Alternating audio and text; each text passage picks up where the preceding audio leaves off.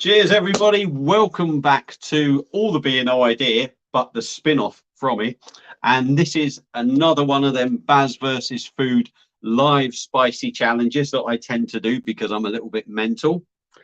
Yeah, right, quickly before we get going, got one watching. Sofa King Drunk. I'm not sure if he's in, but he's left a comment saying, Mine, put the toilet rolls in the freezer for the day after for the exit wounds. It may well be some of that, Danny. It may well be.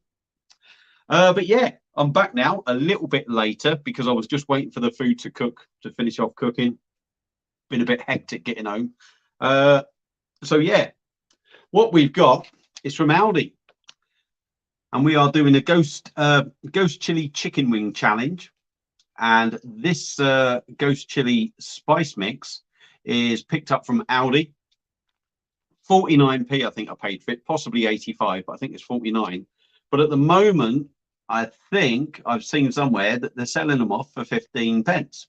So if you fancy giving yourself a bit of a spicy challenge, there you go. Get down to Aldi's and you can try it for like 15p. They do 3 different ones. The ghost chili is the hottest. I've done the Scotch bonnet and I've done the bird's eye chili one. The wings are there, 7 wings, and they are massively coated both sides in this spice mix. So they are going to be warm. I've got a feeling they're going to be really warm. Some of it, even the spice just looks like the spice, no sort of like diluted with any grease or anything. It's just going to be red hot, I reckon. So before we get going, Baz is drinking a Camden Hells from the Perfect Draft. So we'll have a quick slurp of that before we get going. Let's just go through a couple of comments that are up. King Paul's in saying, "Are you Baz? Are you Paul? Thank you for joining, mate." No doubt everyone's only just come to see if I go through some pain. Ian Lucy 1972, can't go wrong with Aldi. Nice lager they sell as well. Some of their stuff's all right. The beers and what have you. To be honest, Aldi's, Lidl's, there's a lot of crap in there. Without a doubt, there's a lot of crap in there, but there's a lot of good stuff in there as well. And it's just a case of searching and finding what you get out of there. But you can get some real good bargains as well. And yeah, King Paul's come in and said, "I like to see you suffer with these challenges." Well, I'll be honest with you. Initially, I was thinking I was going to do this easy. And it's not until I put a second layer of spice on, because the chicken wings defrosted last night. I coated them all with a spoon with the spice initially. So they've been marinating all day. And then I come home and I put a bit more on before I put them under the grill on the top. And I've done the same on the underside. So there's an awful lot of spice mix in there. Like I say, look at the colour of them. They are looking very good. Let me just take that comment off the screen. Look at that. They do look good though, don't they? Look damn tasty. And this is my tea. So yeah. I think I'm going to eat them whatever because I'm starving. I've had nothing to eat all day. So yeah, like I say, I will eat them, I think, just because of that. Baz McLaughlin. Baz, well, hope you're well, mate. Plenty of milk on standby, not boy.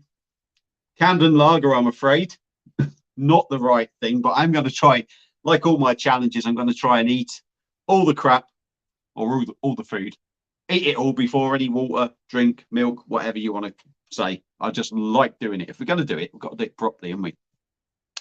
And we've got a mate of mine who was actually with me at Oktoberfest, Mark Fleet. So M Fleety 80, waiting to see you cry. No chance, pal. I'm hard. Not really. So yeah, without further ado, let's tuck into these bad boys and see what we get. Basically, all you're doing is just watching me eat me tea, isn't you? So let's see what it's like. Apart from the chicken being really hot.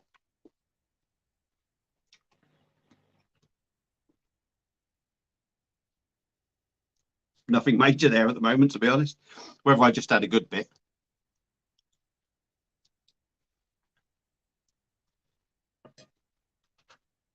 Chicken wings really nice.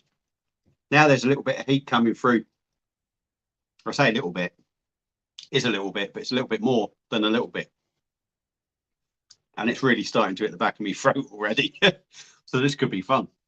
But no doubt, I reckon about 4 wings in, I'll be used to it. But look at that.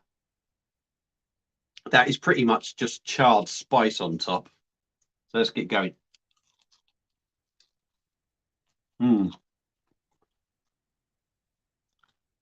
Chicken wings, by the way,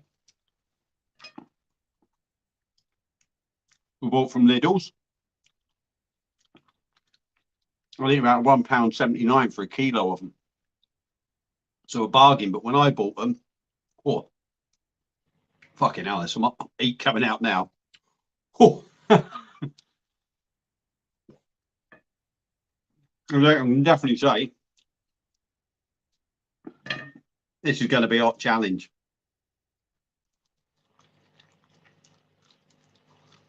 Yeah, I got chicken wings from Lidl's. That's very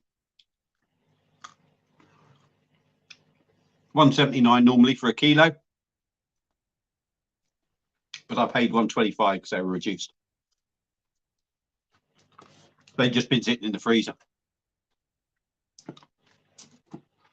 They had one done. The Paul Rogers coming. Oh, lips are starting to tingle now. Fucking hell, that was a bit. Hello, I can feel my forehead starting to sweat. Try the Apollo X sauce from the hot ones. That will blow parts of you would never expect.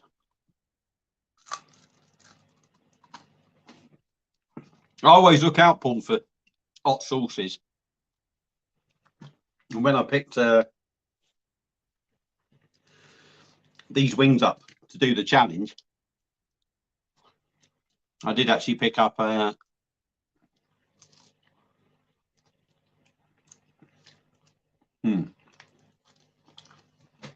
bullseye Carolina Reaper sauce. And I did try that on the last challenge. I'm thinking this. I mean, I could add more, but I don't think I need to. That bit then. That was crispy. I'm not convinced it was crispy completely from the skin. I think there was a lot of spice on that crispy bit that had just gone crispy. So I pretty much just had a mouthful of ghost chili, I think. But what I will say about these, they're damn tasty. Really, really tasty. And these are by far and away the hottest ones out of the lot. I can tell that.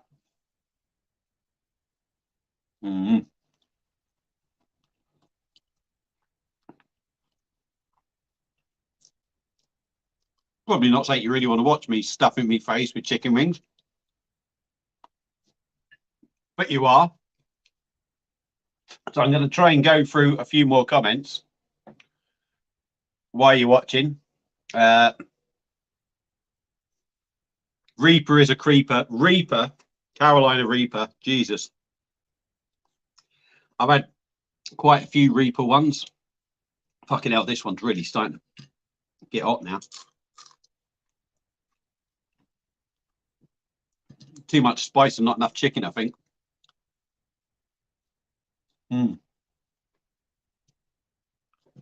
Yeah, Carolina Reaper. I've done quite a bit of the Iceland stuff.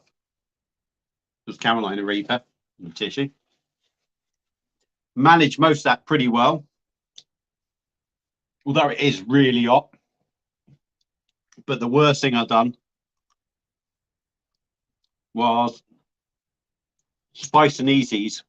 You know, they have a challenge channel, Spice and Easy channel. They make their own spice kits. And I've done one of their Carolina Reaper curries with Chris's beer reviews. I've done it live. And basically we had half of what the portion should be. So it would probably feed 4, I'm guessing.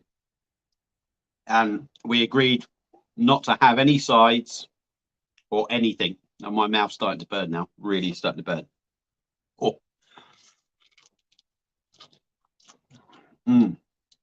Worst thing is it's so bloody tasty. It's really getting up. Anyway, back to me story. I've done the Carolina Reaper curry. So we ate the curry with no sides. And in the end, we did actually eat the whole lot. We both ate the whole lot. And I had to end the live rather sharpish because I wasn't feeling very well. When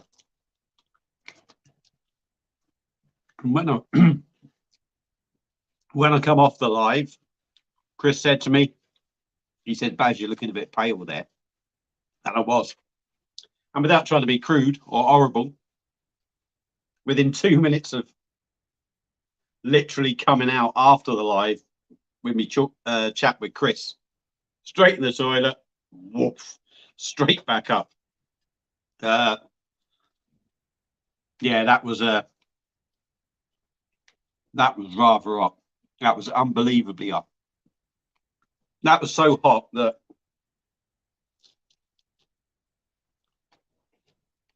I would have a drink by me if I need one. I don't think I've ever had a drink after the first mouthful of that curry. And it was, that was unbelievably hot. That was a killer. Mark Fleet, he's starting to kick in. Feel the burn, mate. It's kicking in now, pal. I tell you. When you put that comment up, it was probably quite calm, but it's starting to kick in now. But we are halfway through by the time I eat this one, or this part of this wing.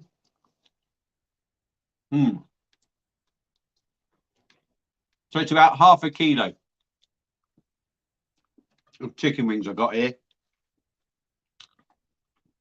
Like I say, a kilo in the pack, and there was like 14, 15.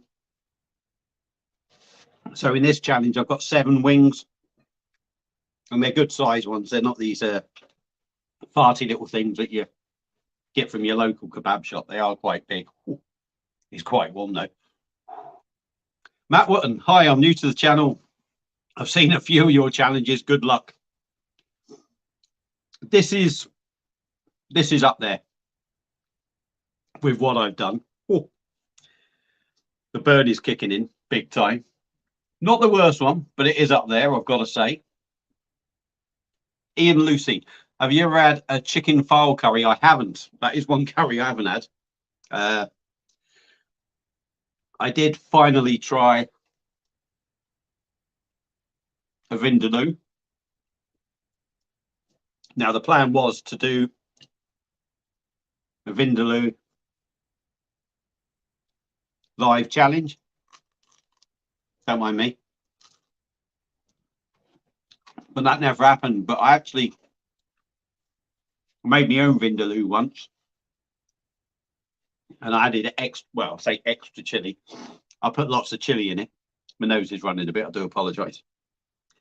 And they were nice, real fresh chilies. And my God, it was gorgeous. But Jesus, it had a kick. So I don't think I've ever been brave enough to try and order a fowl. Maybe I should. Maybe that, actually, maybe that is a proper challenge. A proper challenge for me. So maybe I'll do that one time. Maybe I'll order a chicken fowl. And we'll sit here and I'll go live. You can watch me eat me tea again and see if I can manage that. Paul Rogers. I did the Iceland chicken Reaper, the Iceland Reaper curry from Iceland. Had a kick, but nothing special. Yeah, it was quite hot, but it wasn't unbearable. Excuse me. That is so tasty. I'm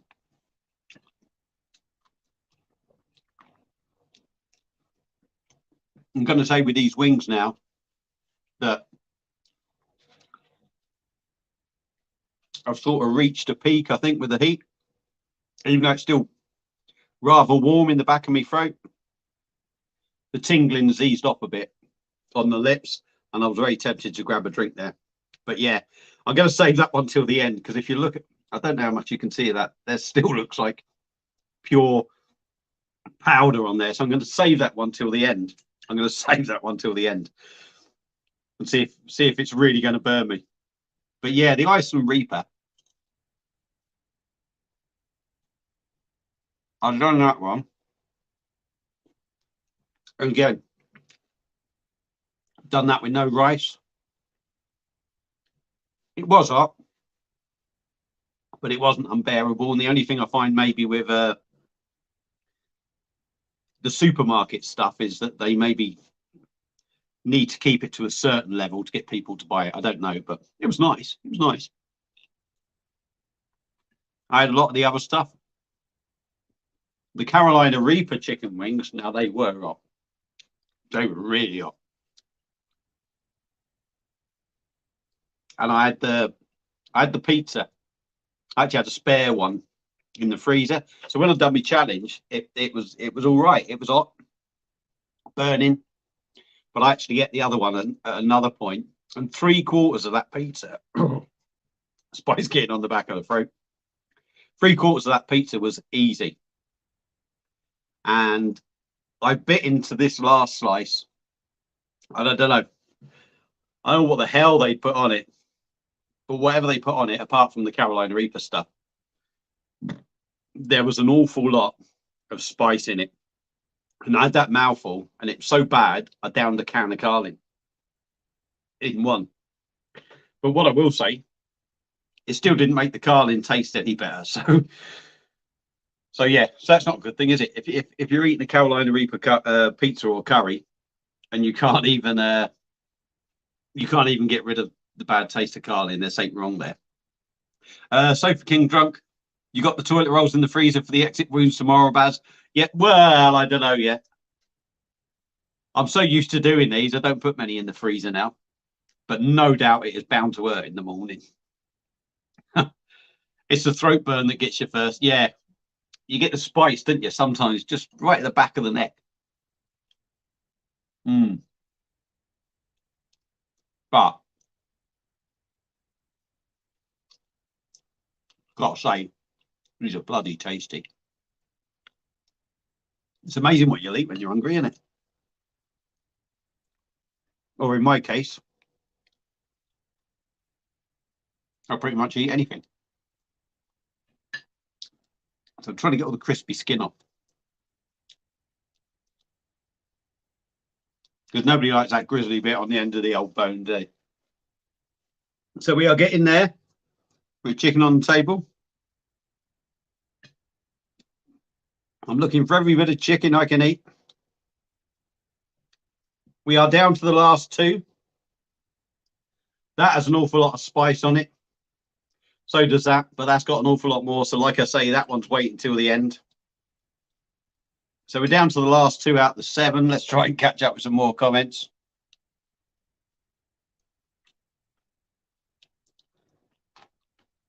Has anyone ever had the shakes? I'll tell you what, Paul.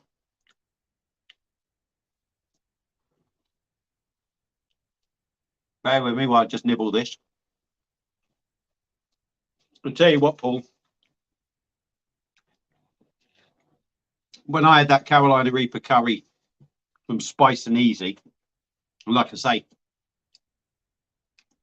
I probably had half the portion that it made, but I ate all of it, even the sauce, because somebody come on, bear with me, bit of chicken in my tea. Somebody come on and said, oh, there's only a little bit of sauce left, Baz. Eat that. And stupidly, that is exactly what I done. And it wasn't until that I ate that, that's when I really started to feel it. But I know Chris's beer reviews, I think he had a bit of the shakes from eating the chilies. I think I might have. I certainly went pale. I felt a little bit weird almost dizzy. So yeah, I mean, it was a fair experience to do. But yeah, it certainly can get you like that. Go in between, Baz. Try a Tindaloo. I'm guessing that's a in between a Vindaloo and a foal.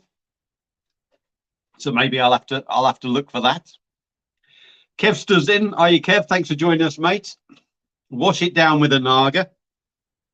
I have been known to do some silly things like that. And I may well have mentioned it before on other videos. But I knew a bloke that used to do Naga chili pickled onions. He used to do a lot of chili pickled onions.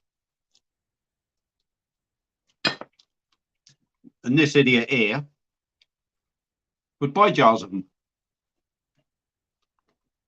And one time I was working away and I took these pickled onions away. I was working with this lad and we went out for a couple of pints, as you do. And even though we had something to eat in the pub, we ended up getting back and having the nibbles, as you do. And all the pickled onions went. And this silly sod sitting in front here drunk the Naga chili pickled onion vinegar. Rather hot and a bit mingy. Oh, that was a hot bit then. Now we're down to this final bit there. There is all powder. That is going to be a burner. So we're going in now to the final little bit, the last wing.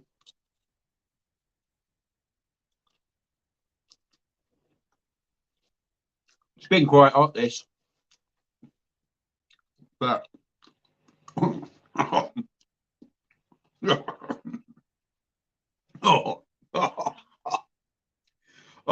pure powder. Oh, that's pretty much pure powder. Fucking hell. Oh, hey up, Baz, hope you're well. Actually, looking at this stream, I take it back. that last bit was that's all powder, and I'm not looking forward to this next bit. Mark Fleety must be hot to down a Carlin. It was, mate. Jesus Christ, it really hit me in the back of the throat. Paul Rogers should challenge Rate My Beer Lol. He's a bit of a wuss, I think. Paul's a bit of a wuss, I think. I don't think he's much for spicy food. But yeah, I'd happily challenge him. I done a McDonald's 10 cheeseburger challenge at the start of the year, and he did say he was going to have a go at that. And that was all spice. That was all spice. He did say he was going to have a go at that, but he hasn't done it yet. So we are on to the last bit now. Oh, that bit was just, this bit really is going to be a killer. We're down to the last bit now. I'm definitely going to need to drink after this part. Let's dive in. Let's get this challenge done. Oh, I need some succulent chicken with this.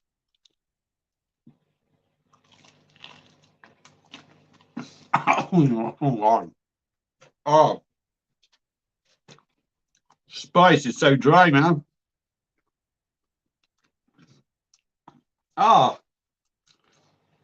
It's so dry. It's not nice dry. I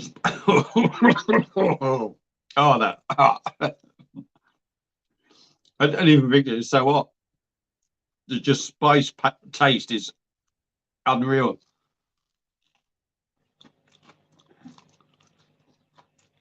Oh dear. Oh. Right, let's get that group there. Oh gosh, no. Oh.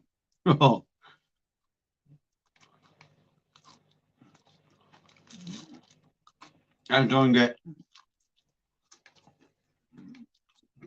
But there we go.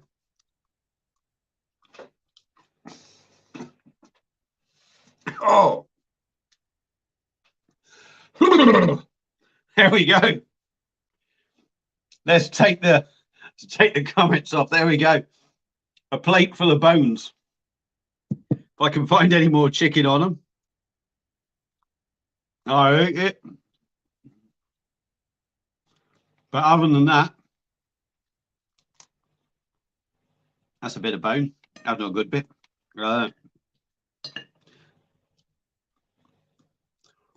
The chicken is all gone. The chicken is all gone. We've just got a few bare bones there. So, Baz Vs Food taking on Aldi's Ghost Chili Chicken Wings. There is only one winner. Baz has done it. Although that last wing was rather hot and rather disgusting because it was pretty much just spice mix. So Baz has completed this one. I think I've earned myself a deserved mouthful of the old Camden. So cheers, everyone. Oh, that's nice. Oh, takes away that strong taste of ghost chilies. Kev Spinach, hi Baz, just made it. Sorry, Kev, I've literally just finished it. You'd have probably just seen it. Me finishing the last one and cringing with that spicy kind of dry spice taste. Rate my beer in. Paul's in. Paul. If you look a couple of comments above yours, Paul Rogers said I should challenge you. Oh, I got chili burps now. Excuse me, I don't want to be rude. I've got a bit of a runny nose. My mouth is tingling now. That extra spice on these was definitely warm. And in all honesty, when it was just plain spice rub, it was rather disgusting. It was just too much. But I've done it. So, yeah, Paul, rate my beer, mate. If you want to come on and do a spicy challenge, feel free to come and challenge me. Or I reckon, Paul, I don't know when because I'm going away this week. Maybe we can do the 10 cheeseburger challenge. Maybe we can do a live of that or something and see what we can do. Baz McLaughlin, get it in there, Baz. You know Bazza. You know Bazza. But I do need to find something else to really push me, I think. I do like me hot food.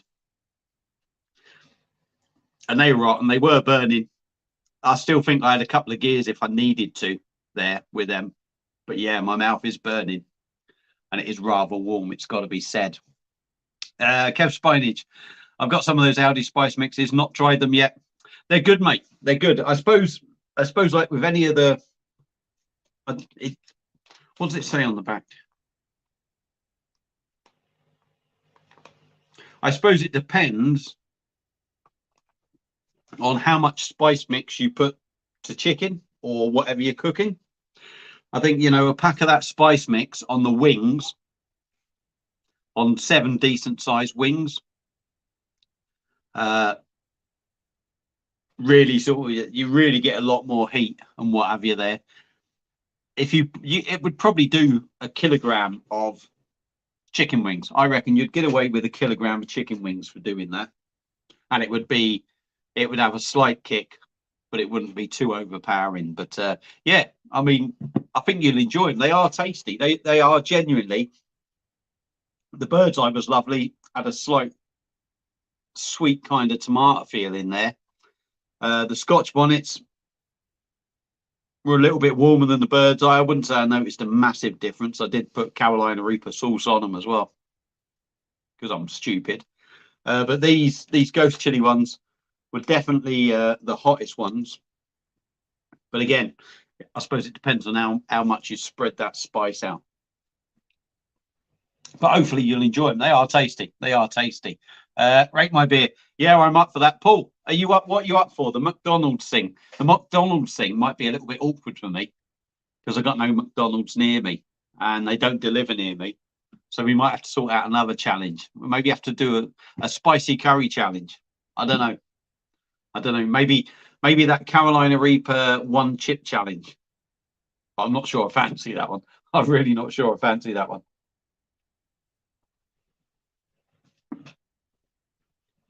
Yeah, they were spicy, mate. They were spicy at the end with that big thick powder on there. They were just made you major shake, shall we say? Major shake. Pulls in, rate my beer. No gherkins with the cheeseburgers, though. I'll tell you what, mate. If we meet up, if we ever meet up and we do a challenge, I'll eat your gherkins for you. No way. Have you done the one chip challenge? Have you, Paul? I wasn't aware that you'd done that, to be honest. I really wasn't. Anyway, everyone watching, I'm not going to end it quite now because there's 13 in watching. So I'm going to carry on having a beer. Anyone out there? Is anyone out there having a cheeky beer? They're having a cheeky beer. What did they have for tea? What did you have for tea? I had chicken wings. That's what I had for tea.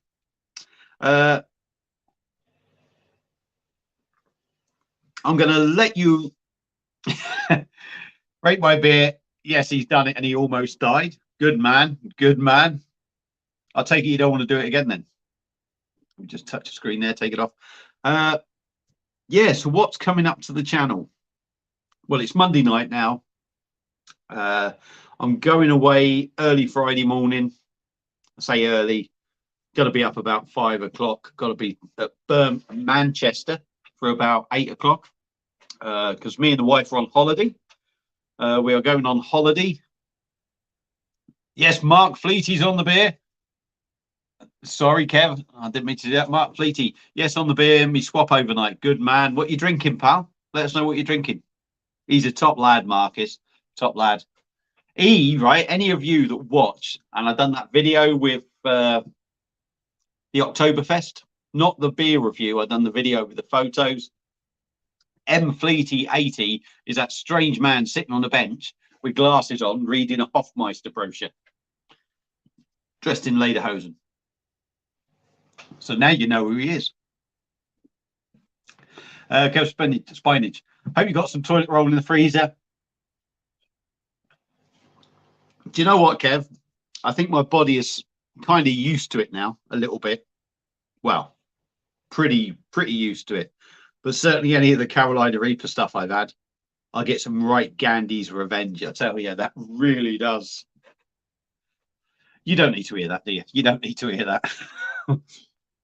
And Kev has said he's got a few Henry Weston's vintage cider lined up. Good man. Where'd you get them from, Kev? I'm just curious because I know they do the Henry Weston's vintage cider in Lidl's, if I'm correct. And I happened to see this in Lidl's the other day and I picked it up. And it's an English vintage cider and it's part of Lidl's deluxe range, but expertly crafted in partnership with H. Weston's and Sons. So let me just take your comment off. So it's a big 750ml bottle of Lidl's deluxe cider, 6.8%, £1.89. £1.89. So I had to pick that up and give that a go. We'll get back to Kev. Excuse me, I've got a little bit of a runny nose there. Asda, 18 bottles, £21. 500ml. Kev, are they 500ml? Mark Fleet is in. Beer and Moretti. The good wife got me some. Good man. Although that looks like a bit of a sad face. Are you a bit disappointed with the Moretti or the wife or both? David Thompson's in. David Thompson's in. He loves giving me stick, David does. You know what David said? A transvestite having a YouTube channel. Dave loves watching me, and he would definitely do me dressed as a woman. He knows it. He knows it. Kev spinach. I never know how to say it. Yeah, 500 ml. That's a good deal. That is good deal. Rate my beer. How long you away for?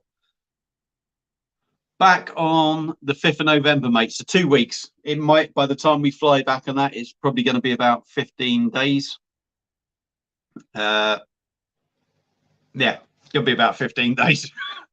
I lost my train of thought then. Baz McLaughlin. Thanks for the entertainment this evening, Baz. Enjoy your breakaway with the missus. Thank you, Baz. Much appreciated. Before you quickly disappear, and Kev spinach, by the way. Sorry, Kev. Thank you, mate. Thank you for clearing it up for me. Yes, rate my beer. I'm going to miss you. Before you disappear, Baz, before you disappear, what I was going to do was get on to what's going on. So I'm going away Friday for, might end up being 15 nights. So the chances are I will do some beer reviews while I'm out there. How much chance I get to upload any, I don't know. So I'm going to try and bang a few out before I go. But what I will be doing, and I plan on doing this Thursday night, is Quack Rouge on the Perfect Draft. The Camden's virtually gone, so that'll be empty. So I can have one out me Quack Rouge on Thursday night, and then it can sit in the fridge for a couple of weeks, and then I can get back onto it. So yeah, hopefully Quack Rouge is going to be coming up, and there will be some other little beers coming up. I need to try and empty this bloody Baffadora thing behind me. There's about 5 pints left, so I need to try and get rid of that because I'm not going to keep that on while I'm away. And if I don't finish it, it'll have to be thrown away. So I do need to try and put a dent in that, as well as get some reviews out. Also, what else was I going to say? I'm lost. Yes, that's what I was going to say. Just quickly, let's just catch up with some of these comments. Kev Spinach, bang on. Mark Fleety, you dressed as a woman was scary. Enjoy your holiday, pal. I'll try to, mate. I'll try to. There'll be no dressing up there. Not as a lady, anyway. You can't do that on a cruise ship, can you? Because I'll probably get bloody... well, I'll probably get thrown off the boat before I even got on there, won't I? If I'm going on there dressed as a woman. Break my beer. Quack Rouge, what a drink as well. Yeah, the Quack Rouge is going to be a bit of a weird one because I think by all accounts it's going out. They're stopping it. It's not in stock at the moment. It's hit and miss to try and order it, but I will review it just to let people know about it because I think you can get the bottles of it. But yeah, also before we go, I put in another order with beer merchants today, and my wife doesn't know about it.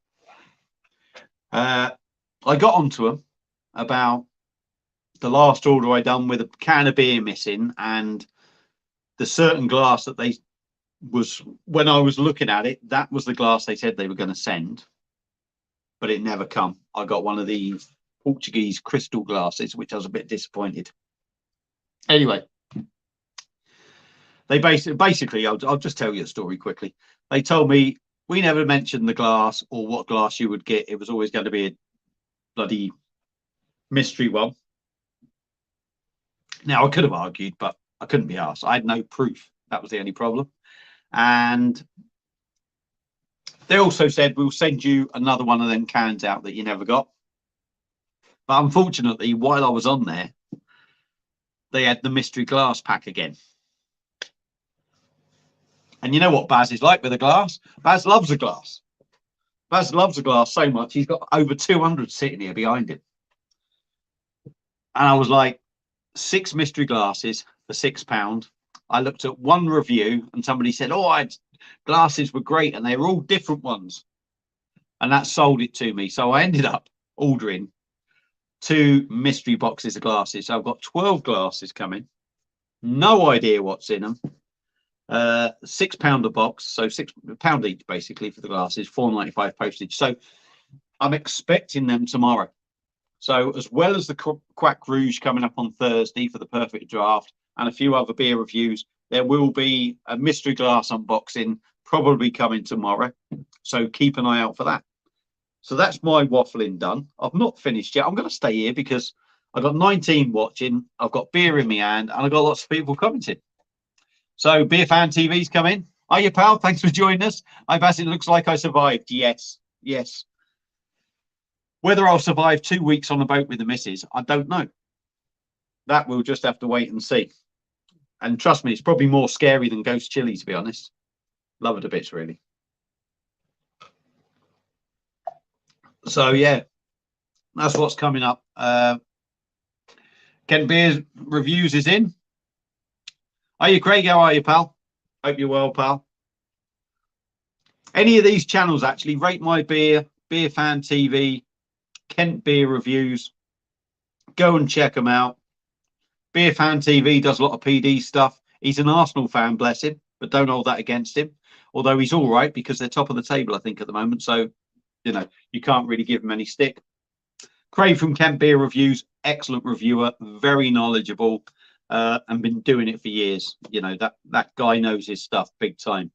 And Rate My Beer, Paul and Michelle, a more laid-back approach to beer reviewing. Yeah, they take it seriously, and they want to give out proper reviews. There's no holds barred with them. They pretty much say what they want to say.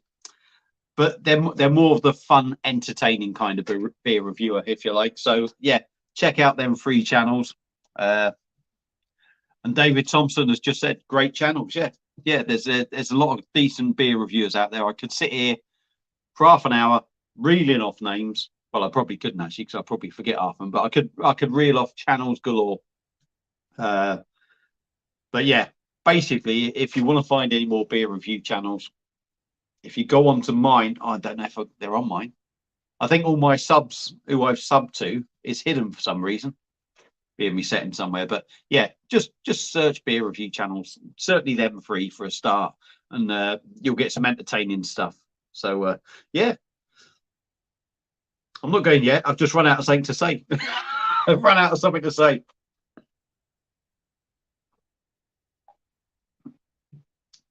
Yeah, so my wife's at bingo. That's why I ended up doing this spicy chicken wing challenge. Really, she's I did say to her, I said to her yesterday morning, I said, you know, if you want to go to bingo, because we're going away and that, I'd rather you go today if you like, you know, keep Sunday, and then we'll just have the week to ourselves. Oh, I'm already going to bingo Monday. So I was like, oh well. And then it just hit me. I thought, right, chicken wings in the freezer. Let's get the last of that one done. So that's out the way. But I mean, if anyone out there has any ideas of maybe some spicy challenges for me to do, maybe some beer reviews, I can't guarantee I'm going to do every suggestion, because there could be lots of suggestions that can come up. But yeah, any suggestions on anything? Give me some ideas, because you know, as much as I try and do different stuff, like with the food stuff, I do the few work videos and the beer and that. I'm always open to suggestions. It doesn't mean I'm going to say, yeah, I'm going to do them, but if I can do something different to please you all, I will. Kev Spinach, not spinach, sorry, Spinach. Kev Spinach, anyone live near Chelmsford, Essex? I don't personally. Rate My Beer, I don't think he's nowhere near Essex, I don't think. But I could be wrong. But anyone lives near, comment. I missed the challenge. Did I finish? Beer Fan TV. There we go, mate. It's just, let me just take your comment off, pal. There we go. It's just a plate of old bony wings. There's no meat on there. I finished it, pal. I finished it. I maybe need to challenge myself a bit more. Maybe I don't push myself enough. I don't know. And I've caught up on the comments. I've got to admit, I don't know Beer Fan TV. I do apologise, but I don't know your name. I don't know your name. So let us know. Let us know. Rate My Beer.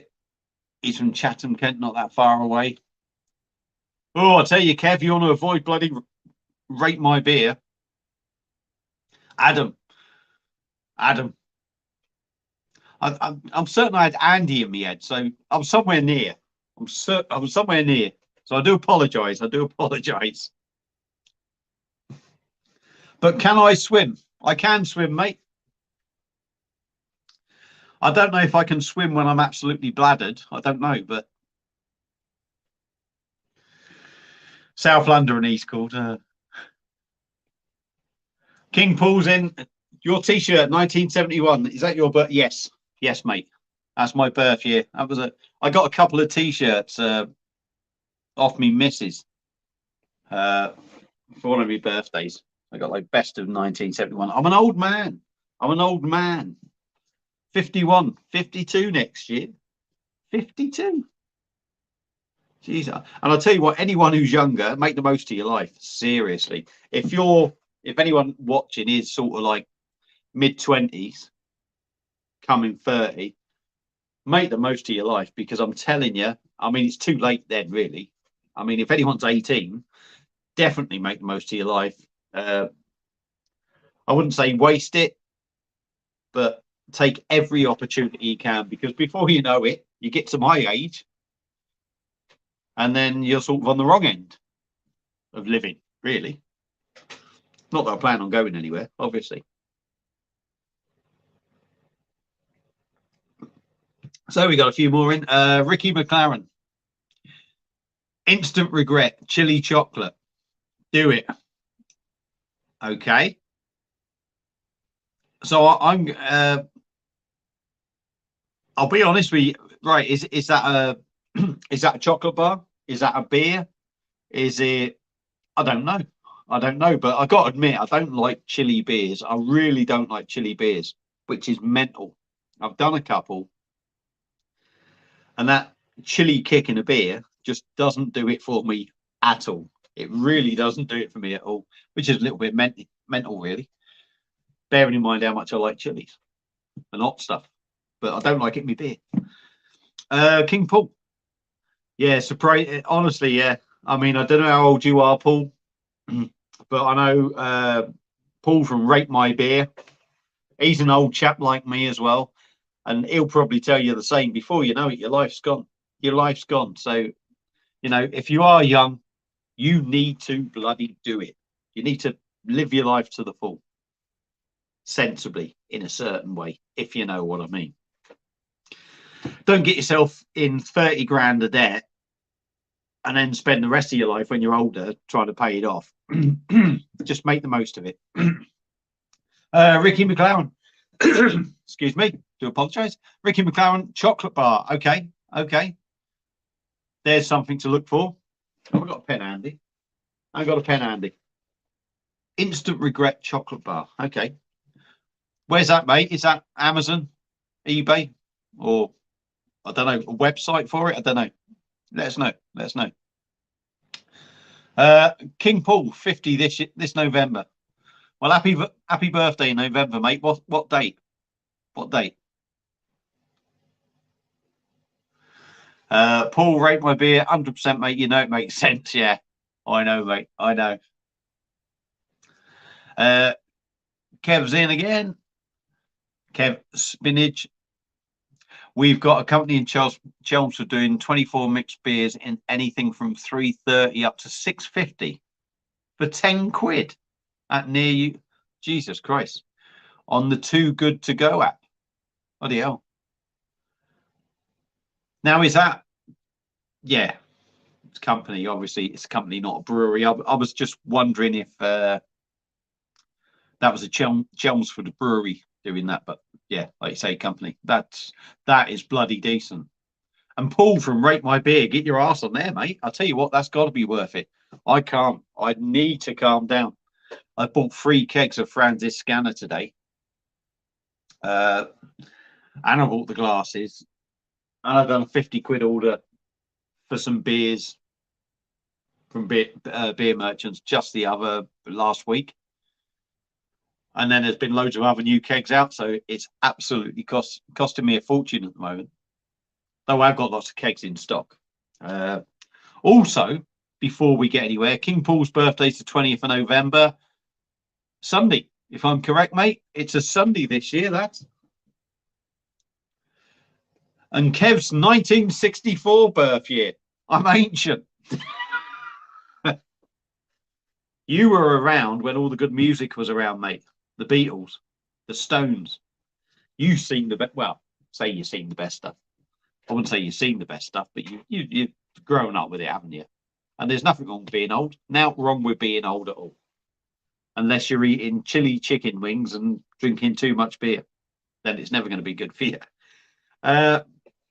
Yeah, I'm not going to say too much, but I've got a couple of kegs that turned up today as well, and they're for the Beer Monster beer machine, which, if I can slightly turn it, if you look on, I don't know how you're looking at it, that's the wrong side. See that one?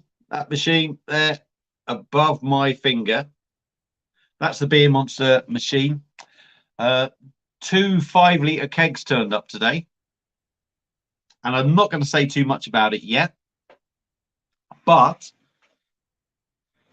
there will be a post or a little video, not necessarily an unboxing, but there will just be a, like I say, a post or a short video regarding these, and at some point they will be coming up as well. But excuse me, the old ghost chili's repeating on me now. They'll be coming up at some point, but not before my holiday. I will try to get one done pretty much as soon as I say as soon as I come back, but yeah, within a day or two of coming back, I'll try and get one of these beers done. So yeah, look out for the post or the short or the little video that I'm going to do for them. And yeah, and then look out for the video, the actual review of them. So yeah, get back to the comments. There's just one comment there. King Paul thought the Beer Monster was you, Baz. I no. We know who the Beer Monster is, don't we? We know who the Beer Monster is. It's that funny man called Rate My Beer. Now, he is a beer monster. And to be honest, Kent Beer Reviews, I reckon old Kent Beer Reviews can knock a few back and all. I really wouldn't be surprised if he's a little bit of a beer monster, to be honest.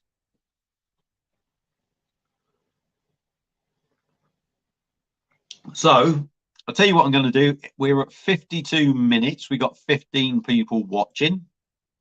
I'm going to grab a top up, and then I'm going to keep going for an hour. I'm going to get it up to an hour. Me, it's the wife, mate. Yeah, yeah. The pair of you, you're bloody. The way you two drink scares me to death. I wouldn't want to go out for a drink with them.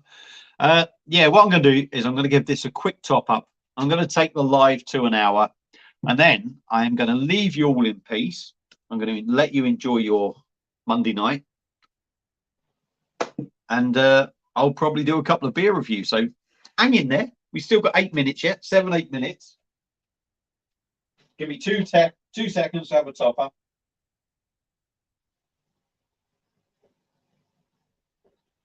It's quite funny, actually, this top up.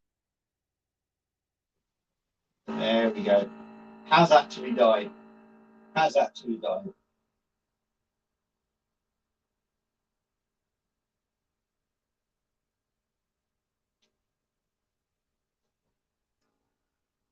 So, I'm back. The Camden has finally died. Last night, I had a couple of pints of it yesterday, and it was saying there was only 1 pint left, I think it was. Since then, I've had 2.5 pints, pretty much. So, so yeah, there's been a little bit more left in there than I expected, but yeah. Incidentally, if you own a Perfect Draft and you've not tried the Camden, very decent beer, well worth trying. Right, Beer Fan TV, Adam. What have you got in the blade, Baz? I've got. Shall I try and move it? I've got the Bafadora. I don't know if you can see because I'm still sitting there, but the Birra Moretti Bafadora. So it's a very malty version of Birra Moretti. Well, as some people say, a malty version of Birra Moretti. For me, you know, I'm not going to say it. It tastes so different to Moretti. a little bit, personally for me, I was very disappointed with it. And I remember having it on the sub hang on, it's gone really bright on it. That's it. Yeah, I remember having it on the sub, and it tastes like a different beer out the blade than the sub. So yeah, the sub one was a lot more. I found the sub one a bit more crisper and drinkable, but that was about 4 years ago. I drunk that. This, for me, is big on malt and served at 2 degrees. I'm not sure that does it any favors, to be honest, but it is what it is. I'll buy them all to try it. If I wasn't doing reviews, I would be buying them all to try at some point anyway. It just gives me more reason, really, if you like, to try it. But yeah, a little bit disappointing that one, to be, well, not a little bit, very disappointing in my opinion, but there's going to be people out there that like it, isn't there? Chris the Butcher and friends, how are you, pal? Nice to see you tuning in. It's a rarity, to be honest, because you're always so busy yourself with your reviews. But hope you're well, pal. And Lou, and I've noticed you've got some Halloween thing. You're supposed to be going on a bit of a ghost walk, aren't you, for a bloody graveyard or something? Rather you than me, pal. And I think that time I'll be away. I'll be in Barbados or somewhere, or St. Lucia or something. Beanie Beer Reviews is in. Evening, Baz. How are you, Brett? Hope you're well, pal. That was a funky old beer that you done the other day. The Lervig one, wasn't it? Peanut butter. Can't think what the bloody thing was called. Peanut butter thing, wasn't it? A right murky old beer. Wasn't one that you'd look at and go, "I'm going to buy some of that." But it did sound tasty. In all fairness, it did sound tasty.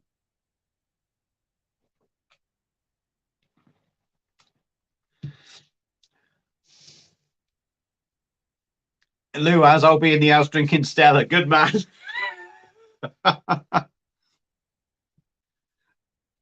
Oh, Chris, I'll tell you what, he's a funny lad. He is a funny lad. I've still got that video, Chris, by the way. I'm not deleting that one. That is absolute comedy gold. Absolute comedy gold, that one, Chris. Brett's coming. Pretty good. And yes, the Snickers milkshake, absolute mad beer, yeah. It wasn't the most attractive beer, was it, to be honest? It wasn't the most attractive beer, but sometimes it's not always like that, is it? I do find you can, certainly when I do beer reviews and that, it can be very, very easy to look at a beer that looks disgusting, that has no head, and sometimes no life in it. And you think, just not appealing on the eye. And it isn't appealing on the eye sometimes, is it? And yet you can drink it and it can be such a lovely beer. It'd be such a lovely drop. It was like the Omnipollo one I done, Brett. Can't think what the bloody name of it now. Teflon or something. Teflon, something like that. The Omnipollo smoothie thing. That was bonkers. You look at it and it looked like dirty dishwater. And there seemed to be no life in it. But when you drunk it, my God, it was an absolute cracking beer. Very different one. Wouldn't appeal to Chris the Butcher, I don't think, because Chris the Butcher likes his everyday lagers. Chris does. He likes them ones. And good on him. If he likes his beer, you drink it, Chris, mon. I had a Chris the Butcher, love the channel, yeah. Chris is mental. That honestly, him and Lou, absolutely lovely people. They really are lovely people. Brett's coming. I got their salted rhubarb crumble sour. Bloody hell. What's wrong with you? What's wrong with you? Sometimes you need a break, I suppose, don't you? You know, I often say that to myself, but it never works, to be honest. It never works. And why is that coming up? Looking at me, touching bloody things on the screen and that. So we got 17 people in. Amazing. I mean, I got 17 people in. I'm looking at stopping any minute now. But if I've got that many people in, how many of you watching? 17 watching. Comment and say, if you want me to carry on, I'll happily carry on, because amazingly, I actually got home from work, I had my bath and that, see, clean t-shirt. I'm not in my scruffs. So basically, my wife's out of bingo, so I can sit here, and if you want me to waffle on talking rubbish, let me know. You let me know. There's 16 of you. I'll happily stay. If you want me to stay and talk rubbish, let me know. If you'd rather say, piss off, Baz, I've had enough of you now. I may even do a live beer review. Shall I do a live beer review? Let me know if you want me to do a live beer review. Rate My Beer's come in. I'm here. He's still here. Of course he's here. I tell you what, I bet it's a rare thing for you, Paul, isn't it, to actually sit and watch somebody? You do that many lives yourself. I'm surprised you know who's what. Beer Fan TV said, get a refill. All right, then, I'll get a refill. If you're all happy, me carrying on. Kenny Joe's in, carry on. My wife is taking a nap. I need me mates. Kenny, I hope the wife is well, mate. I won't go into detail, but Kenny messaged me and he's having a bit of a tough time at the moment. So yeah, I'm happy just to carry on for Kenny. If Kenny wants to come on here and bloody chat away to others and what have you, if it cheers you up, mate, good man. I'll carry on. King Paul has said a live beer review, please. Rate My Beer has told me to do a live beer review. Yeah, Beer Fan Adam. Yes, live beer review. Beardy, Saturday night I was drinking because everyone else was at my mate's fault. He had nothing tasted nice, had beers from on. Jesus. I'll tell you what, if you drunk all them good beers and Foster's still never done it for you, there's something wrong. Touch of sarcasm in there, by the way. What am I going to review? I don't know. I would have to disappear for 2 seconds and have a nosy.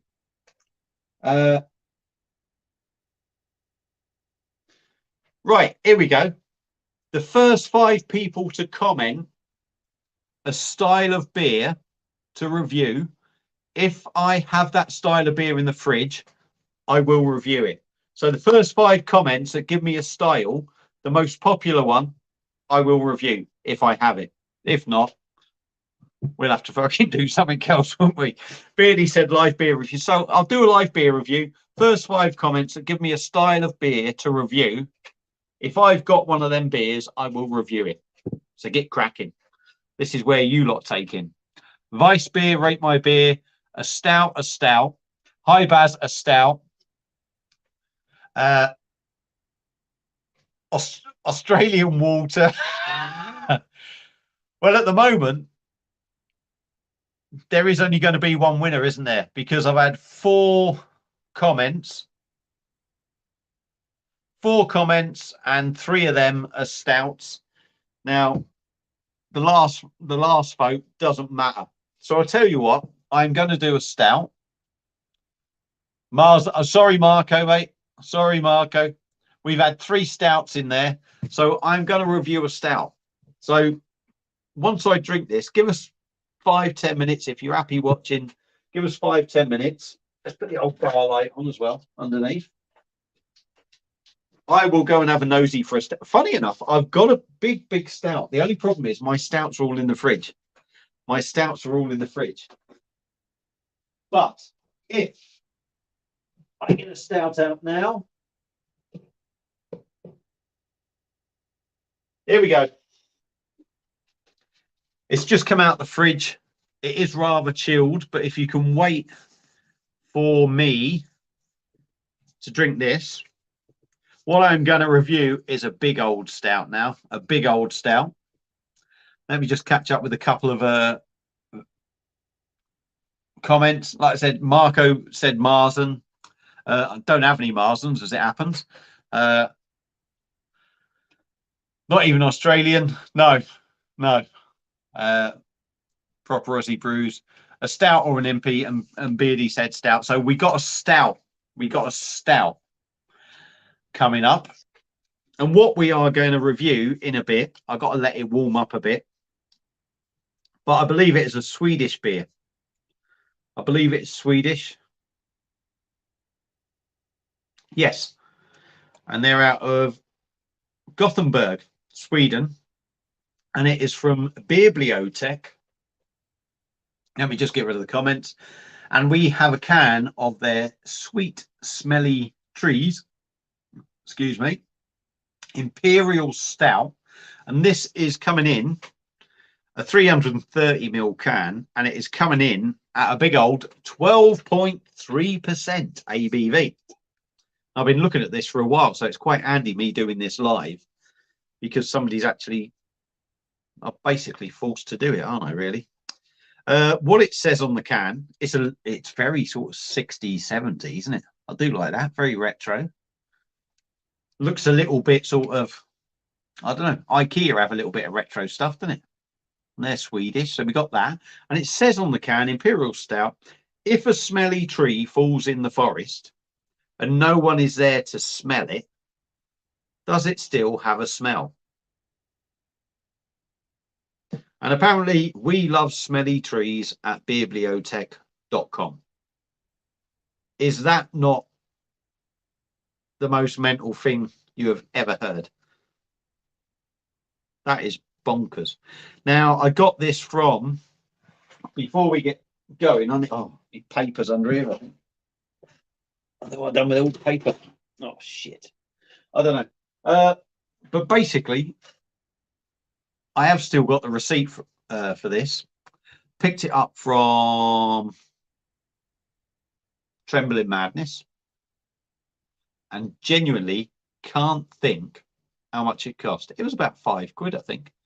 About £5. Yeah, it's a small can, 12.3%, and from Sweden. So we are going to let that warm up a little bit.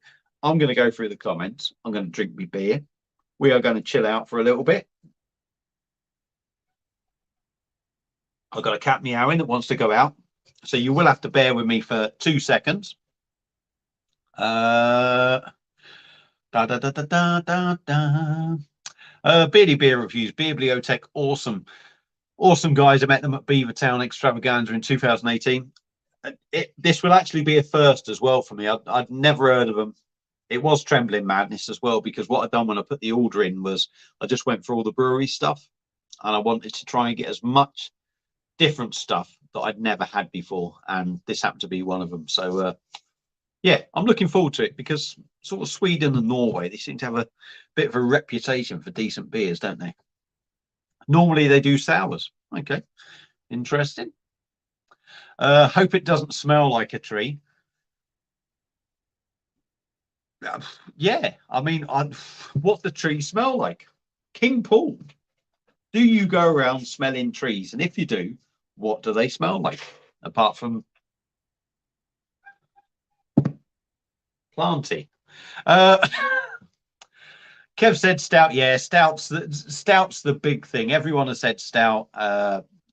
Beardy Beer Review said stout. Brett, sounds like they're on smelly weed when they wrote. I know. Yeah, I'll tell you what, that is mental, isn't it? I'll tell you what, people look at me sometimes with my humour and they go, "You're fucking nuts, Baz. What are you on about?" And then there's people making lots of money by calling beers sweet, smelly trees. It's bonkers. Lewis Williams, hey Baz, what you supping? What am I supping, Mon? Well, I'll tell you what I have been supping. Obviously, I've done me live, me chicken wing thing. Since then, and even before that, actually, I've been supping some Camden Hell's Lager on the Perfect Draft. 2 minutes, Benny. Give me 2 minutes. Let me just answer this old chap's question. And now, Lewis, I'm going to be, once that's done, and this has warmed up a little bit, I'm going to do a live beer review of Bibliotech out of Sweden. And this is their Sweet Smelly Trees Imperial Stout, coming in at 12.3%.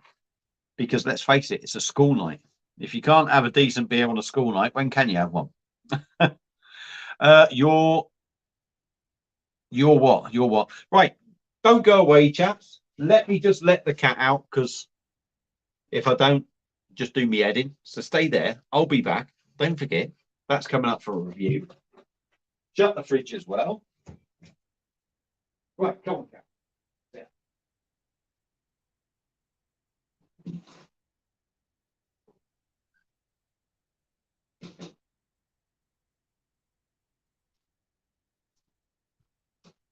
Right, I am back. And I'm just going to go nosing for a glass. Because we are having an Imperial Stout, I am going to get a nice little fancy glass out for that. So, what am I going to use for this beer review? Don't worry, it's clean inside. I always keep your glasses upside down, so once they are cleaned, nothing can get in. So I'm just giving the outside a little bit of a wipe, even though I done it the other day. So we got an Imperial Stout coming up. I'm going to use my old Samuel Smith's Imperial Stout glass. We're going to put the old Bibliotech in there and see how it goes. Right, let's get back to the comments.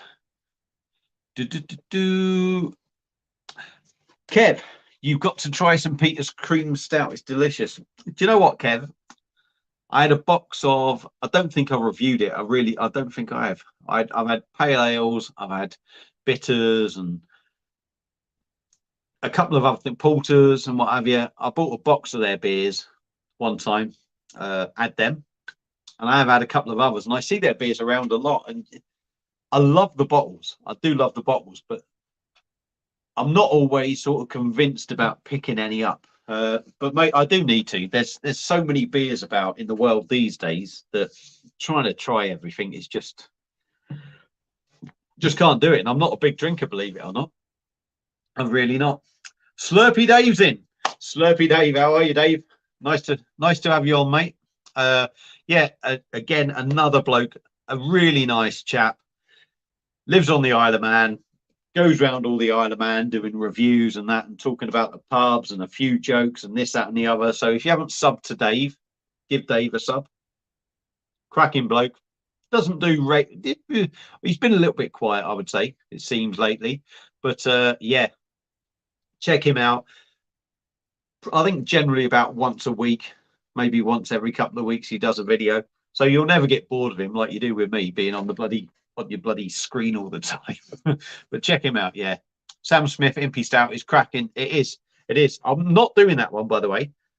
It's just the glass I'm using. It's just the glass I'm using. See, that's the one I'm doing, Slurpy Dave. Let me just get rid of your comment. Doing one from Bibliotech. I give people the option to suggest a style of beer for me to do a live beer review of, and that was the popular one, a stout. So I've got an Imperial Stout coming up, Dave, 12.3%. Because why wouldn't you? It's a Monday night. Bazza picks up his glasses from charity shop. Do you know what, mate? I would. If I could find all the glasses I got in a charity shop for like £1, why wouldn't you? I bloody would, I tell you. Cheers for Dave. Don't be daft, Dave. Don't be daft, mate. You're top lad. Top lad. Marco's in. I'm always looking for a smoky flavour stout. Can't seem to find any in cans or bottles. No, you tend to find smoky porters, don't you? Unless you, I mean, I've got a couple of barrel aged stouts that I know people have said they're kind of smoky and tobacco kind of thing, but no, you don't sort of get a smoked stout. Interesting. I'm guessing you probably searched them as well, Marco. I don't know, you'd have to tell me that. I've never sort of searched a smoked stout. It's always, if I look for any sort of different stouts, it's always an Imperial Stout that I look for. So, quick slurp again. Doing that much talking, I'm going a bit dry. Oh. So, yeah, going back to the Blade as well. That one behind me. There's a new beer coming out for that tomorrow. I won't be rushing to buy it because I won't have time to drink it. I've got to get rid of that one first. But yeah, that's a Birra Moretti Rossa, and that's a bock beer coming in at 7.2%. So at one point, I will be purchasing it at some point to do a review. So any Blade owners out there, I'll be a little bit late to the party, but if you do want to hear my opinions on that, look out for that as well. Dave, what this spicy food you eating? What did I do, Dave? It was, you see that, mate? Yeah, Dave. Hang on, not scroll it. Take the comment off. Ghost chili wing roulette. Now, ignore the wing roulette. This is basically a ghost chili spice pack that I got from Aldi's. Had the chicken wings. Basically, I smothered them in this ghost chili spice thing, cooked them, and ate them. And generally, they were hot. They were hot. I did smother them in the powder, but the very last chicken wing, the spice rub hadn't even sort of cooked it. That's how thick it was. It was still on. It was still raw, pretty much. And my God, that last wing was a bit of a. Oh, it was one of them. It was, Dave. I tell you, it was a bit warm at the end. It was a bit full on. Be like, taking a spoonful of spice and just eating it. It don't work, does it? Skinner's Brewery has gone under. Shame. Right, okay, where are they from? I'll be honest, I've never heard of them, Dave. I'm still quite an amateur, don't get me wrong. And like you say, there's so many breweries, it's mental. I know another brewery that's gone under, which I'm not going to comment on, because I don't think it's common knowledge as of yet. But I know they were looking for a buyer, and they're a brewery that make absolutely fantastic beers. Not cheap beers, but fantastic, and it's a shame they've gone under by all accounts, or that was the case. And I think it's probably going to be announced very soon. So yeah, it's a shame when some of these breweries go down on it, but it's the way of the world now, isn't it? I mean, lots of businesses go, and nobody wants it. It just happens. It's a competitive world now, the beer world, extremely competitive. Baz, do you get any O'Hara's over there, the stout or the red nitro? No, I don't actually.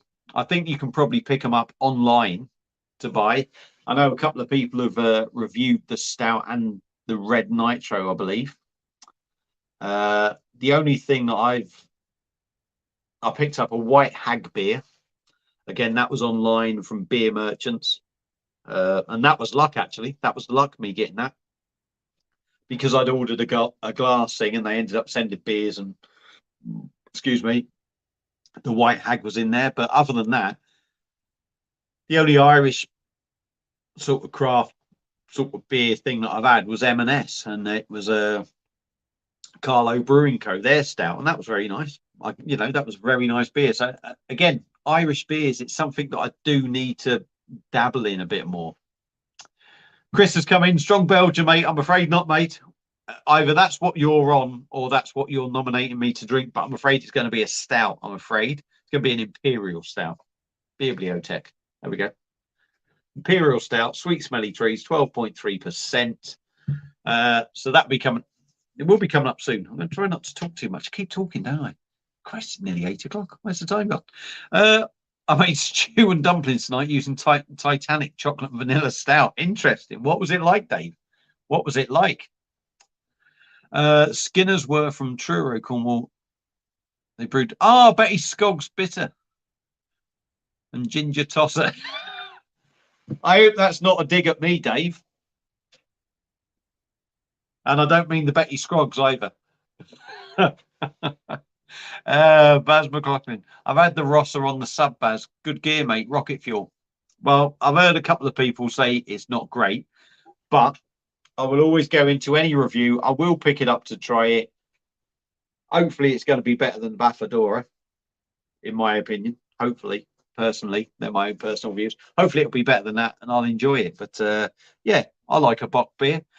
And the good thing is I've got a Belgian Bock beer in the fridge.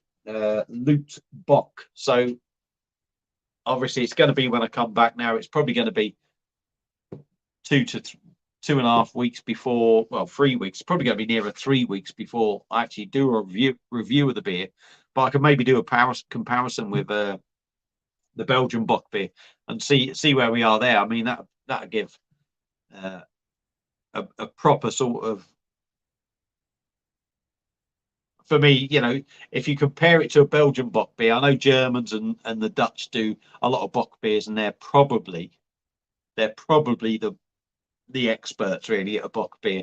Be interesting to compare it with that, because the old Luke Bock beer It's fantastic. So yeah, we'll have more of an idea of how good or bad the Rosser is. What's the Rosser, Baz? Baz MC. It's a Birra Moretti beer. It's a Bock beer that's coming out on that thing behind us. 7.2%. So, and there's Rate My Beer saying I do keep talking. Yeah, it's a Bock beer. So, you know me, I'll try anything. It'll be dark, won't it? But will it be any good? I don't know. Rate My Beer says I'm keep talking, which I do, mate. I do keep talking. Now, Rate My Beer wasn't a fan of the Rosser. Own personal taste. He could be right. He could be wrong. Who is right or wrong? You know, if you like a beer, you like it. Slurpy Dave, stew was superb. Beef with ale is so much better with beef than beef with wine. Yeah. I don't mind beef with wine though. Slurpy, it's a bot. Yeah, Reading. Yeah. So Baz has answered that one for me. I looked at that. Baz, how strong? 7.2. Yeah. And Baz McLaughlin has come in. So right, I'm going to drink that.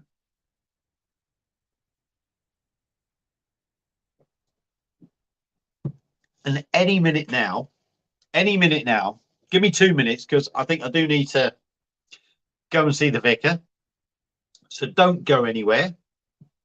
I'm going to give the old mouth a little bit of a rinse out because I've had a Hell's Lager and ghost chili chicken wings.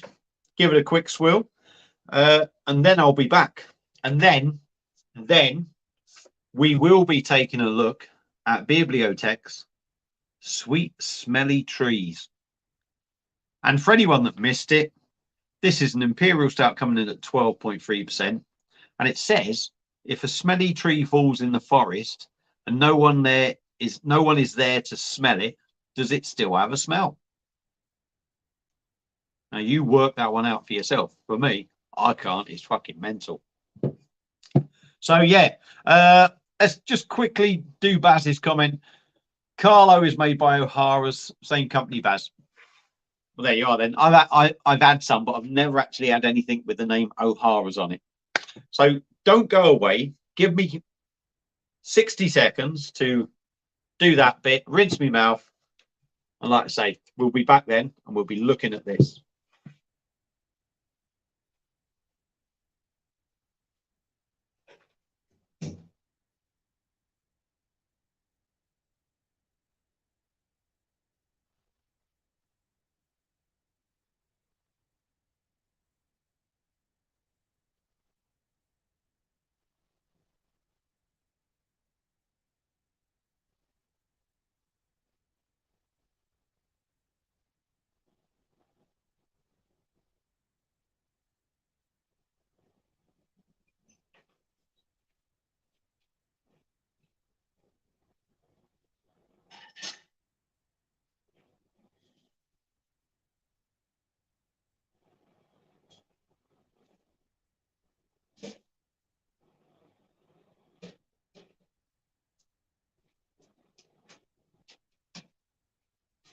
Right, we are back. Thank you for all hanging around. Very nice of you. It's got to be said. Right, Bazza has gone. Let's talk about behind his back. Yeah. Oh, you're so kind, Dave, aren't you? I'm sure plenty do that anyway. And I wouldn't blame you, to be honest. Let's quickly get on with Marco's comment. In Belgium and Netherlands, this is Bock beer season. Loads of Bock editions of every kind of beer, even your Amstel Grolsch Bock editions. Yeah. I know the old Dutch are big on it. Unaware of how big Belgians are on the Bock beers. I know they do lots of Bock beers, but I've always thought the Netherlands and Germany sort of tend to be the ones that sort of lead the way on that sort of thing. But I don't know everything. I know very little, actually. I know very little. So, because this is a live spicy challenge, which is what I've done, what I'm going to do, I'm going to start this review as I would every other review that I do, if you like. I'm going to make a note at the time because what I'm going to try and do is add some description and say, if you're not interested in the food challenge, there is a beer review of this beer in there. You will find it at that certain point in time. So, quick burp. Excuse me, we're going to turn the light. I can't do any more with that light. So, here we go. Welcome back, everyone. Thanks for joining me for another beer review now. And we have a beer from a brewery that I've never had anything from before. And it was a beer that I picked up from Trembling Madness. Unfortunately, I can't remember the price. I think it was around the £5 mark. The brewery are out of Sweden, and it's from Bibliotech. And what we've got is a can of their Sweet Smelly Trees Imperial IPA. It's in a 330ml can, but it's coming in at a whopping 12.3%. Now, I do love the artwork. I like the old retro thing there. It's very IKEA, isn't it? We could say. Now, I don't have a Bibliotech glass, so I'm going to put it in my old Samuel Smith's Imperial Stout glass, which is very nice indeed. I do like that. I think that'll suit the beer, I'm hoping. I've got no idea of what to expect from this beer.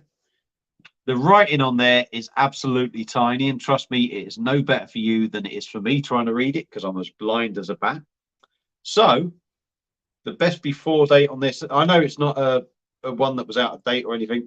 Jesus Christ, the date on this, April 2031. 2031. There is still 9 years left on this can. That is unreal. Unreal. So, let's get this can cracked open, get it into a glass, and see what we get.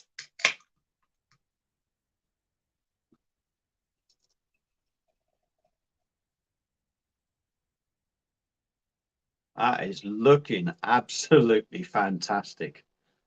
That looks absolutely beautiful. Absolutely beautiful. Look at that. I'm going to hold it up against that light. Absolutely nothing getting through there. You might think you can see something, but I've got a ring light behind it.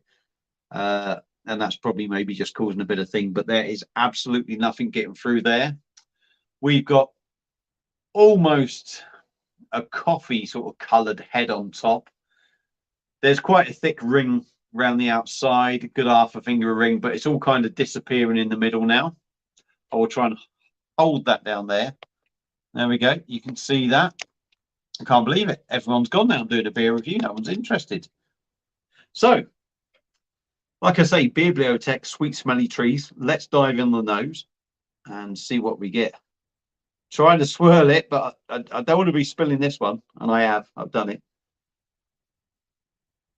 Yeah, there's a little bit of booziness in there. You can't hide that, but it's not massively boozy on the nose. 12.3%. You've got to expect a bit of that, haven't you?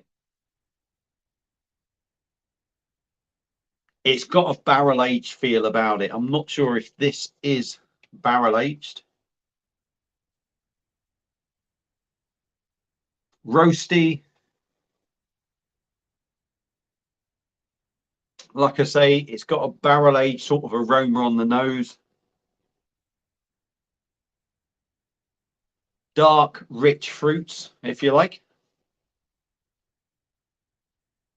A little inkling of coffee, but very, very little, you know, it is a small sort of inkling of coffee there.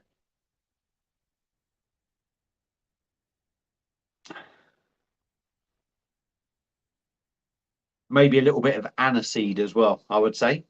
So let's dive in. I wouldn't say it blew me away on the aromas. There's nice aromas in there, but I was maybe expecting to pick a few more things up, but I have no idea what it's supposed to be like. So let's stop waffling on. Bibliotech, Sweet Smelly Trees, 12.3% Imperial Stout. Cheers.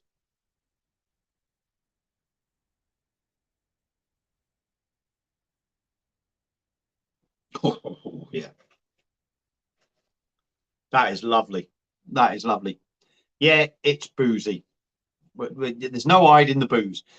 I mean, it's certainly not 12.3% boozy. Mm. Lovely body on it. Would I expect it to have been a little bit thicker, a little bit more dense, a little bit heavier? Maybe, but the body is lovely. It is absolutely oily, slick, silky smooth in the mouth.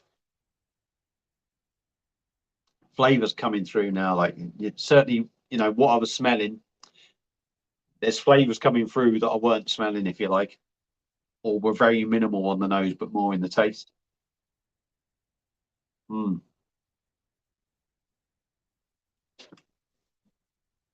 Little to no carbonation in there. You are just on the back end, you are getting the slightest of tingles going across the palate from the carbonation. Super, super smooth, like I say, super, super soft, velvet, silk, oily, slick, however you want to put it. Taste wise,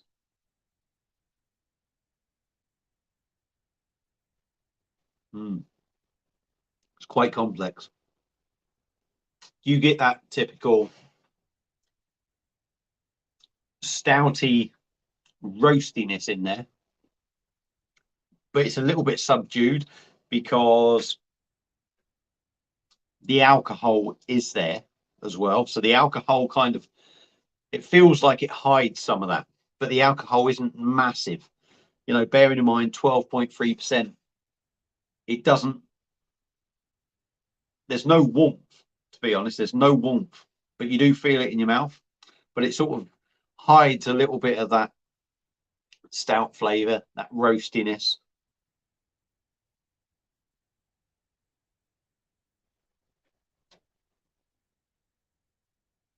The more you drink,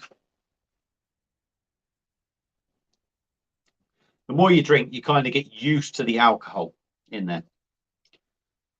And then that roastiness becomes more prominent. And that's where you start getting almost a black coffee kind of feel coming in more. It's not overly complex on flavors, I would say.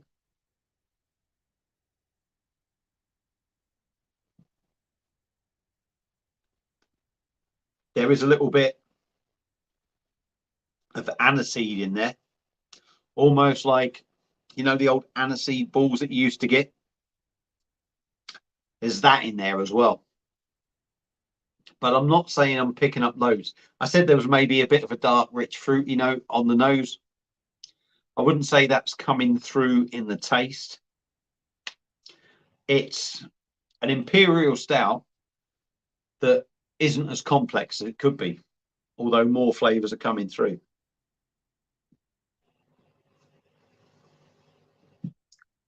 It's definitely a sit down, put your feet up, enjoy kind of beer. But I would say in a 330ml can, you could certainly drink a couple of these in a night for definite, because it drinks so well. And again, being the smaller can, you know, but it's a sipper. It is a sipper. There's almost no bells and whistles with this. It's telling you I'm a big strong stout. I've got a bit of roast in this. I've got a bit of coffee in there. There'll be the odd other flavour, but just take me as I am, because I ain't going to sit there and chuck vanilla, chocolate, and every other fucking flavour at you. It's one of them. But what it is a very nice beer. So yeah, Bibliotech's Sweet Smelly Trees Imperial Stout is almost traditional like, with a bit of oomph for me. Would I recommend it? If you like your imperial stouts, it's a little bit old school with some welly. So yeah, I would recommend it. Like I say, I can't remember how much it was. It was about £5 for the can, something like that, from Trembling Madness. But it's a very decent drop. Definitely one worth picking up for sort of like, for any of you watching as well. Christmas Day, New Year's Eve, I don't know, Christmas Eve. That would definitely go. Now, I'm not a big mince pie fan. I'm not a mince pie fan or nothing, but I can imagine sitting down with a mince pie with some cream or something, a glass of that next to you, watching some old repeat on TV. That would really sort of finish your night off. So yeah, recommend it. Give it a go if you see it. gets a big thumbs up from me. I've got no need to say thank you all for watching because I'm not going anywhere, but I hope you've enjoyed the review, everyone watching. So thank you all for watching. Thank you to the ones that commented and said, yeah, do a stout. And now I'm going to shut up and we're going to go back to normality. So I'm going to catch up with the comments now. So cheers. Let's go back and catch up with everyone. It's a very decent beer, by the way. Jesus Christ, where did I get to? Where did I get to? We got to catch up here. There we go. Slurpee Day. Had a coconut and banana stout before. I've been climbing trees ever since. God. Dave, your jokes are terrible. Well, they're not, but they are. But they are, yeah. Quality glass is at Samuel Smith's. Yes, thank you. Is nice. I had to pick it up because I think at the time when I bought it, I saw the glass first and I actually ordered the Impy Stout once I'd ordered the glass. That is lovely. I mean, it's you know, it's funny how beers change. I say there's no fruitiness in there. There kind of is, but it's there for a split second at the front on this. But that is a very decent beer. 12.3%. Yeah, it's drinkable. Like I say, you could drink 2 of them easy enough. You could drink 2 of them easy enough. Rate my beer. I just ordered 12 glasses as well. I had to make an order for 50 quid for free shipping. I didn't £5 for shipping, Paul. So I just thought, you know, really, it works out. Each glass is £1.50. Yeah, you're taking a bit of a gamble, aren't you? It's he's just trying to blame me for when bloody Michelle has a go at him. Not very nice, is it? Should have gone to Specsavers, Paul. Huge choice of glasses. Yeah. Hey, I'll tell you what, are they doing them? Can you get 12 pairs of glasses for 50 quid from Specsavers? Because if you can't, it's no wonder he went there. Leah Miles is in. Evening, Baz and all. Thank you, Leah. Thanks for joining us. Hope you're well, girl. And Neil, of course. Any tree smell. Kev, I've got to go. Bye all. Have a great evening, guys. Thank you, Kev. I know you're probably gone now, well and truly gone, but thank you very much for joining in. If you watch it back, you'll see it, but I can't see where you'd watch it all again. You'd be mental, wouldn't you? You'd be mental. Slurpee Dave, blimey, this stout seems about it's a very good stout, Dave. I mean, and again, I don't know if you can see that oiliness around the glass. When I swirl that round, it's got that oily thing, which you know, most imperial stouts you get that, but it's very simple for an imperial stout, this one, in my opinion. Rate my beer. Paul saying evening, Leah, and bye to Kev. That's it. And Paul's telling Slurpee Dave that it's my fault again. Lewis Williams, get any Frankie? I did, mate. I did, Lewis. I dived in there. I was looking sort of early on. And then later on in the day, just before I was clearing up from work, I just went and had a quick nosy at my phone. Had an email from Beer Hawk and just happened to have a quick nosy, and it said Frankie Royal's out. So there I was on my 4G in the middle of nowhere, open to do all that, and ordered myself 3 kegs of Frankie Royal, of which one of them will be getting taken down to Dean's Beer Reviews. Dean Johnson, me mate, Dean's Beer Reviews. I'm going down there in November to Coventry for the painting and decorating show, and he's about an hour away from there. But I spoke to him a few months ago and I said, I'll tell you what, mate, any chance of putting me up on the Tuesday night, because I go to the decorating show for 2 days. So I'll drive down, do the decorating show on the Tuesday, stay till about 2 o'clock in the afternoon, and then shoot over to Dean's.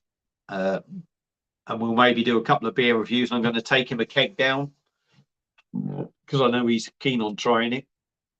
And yeah, and then do the PD show on Wednesday. I'll go from his house back to the show, all the way back up to Shropshire then after the show.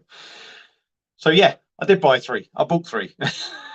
Always been a big fan of it as well, Lewis. It was, I don't know, Paul will probably know better than me, but I think it was about 4 years ago that Francis Scala Royal come out. and I reviewed it. My channel's been going like 2.5 years.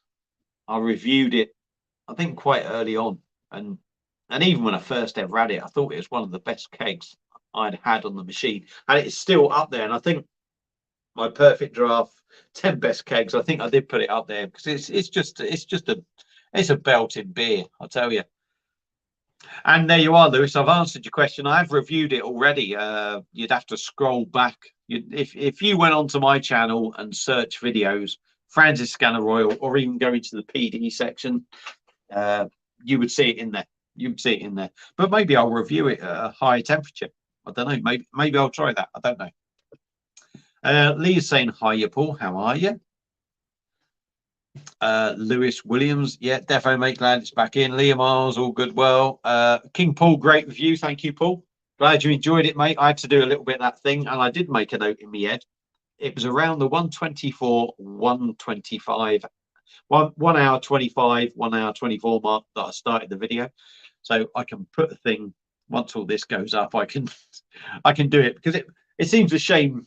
It's not wasted, obviously, on a live, but people don't necessarily go and sit through an hour and a half, 2 hours of lives just to see a beer review. So I want to, if I can make a note and people can maybe watch it, it'll be better for me, wouldn't it? Well, it'd just be good, wouldn't it? It will be better for me though as well. Sounds a bit selfish, doesn't it? Leah, blah blah blah blah blah blah blah blah blah blah. Right, yeah, Leah's doing her chapter, yeah, and Paul's doing his chapter. Leah. And Chris's beer reviews is in. Now, everyone watching, 15 of you. I don't know how many of you.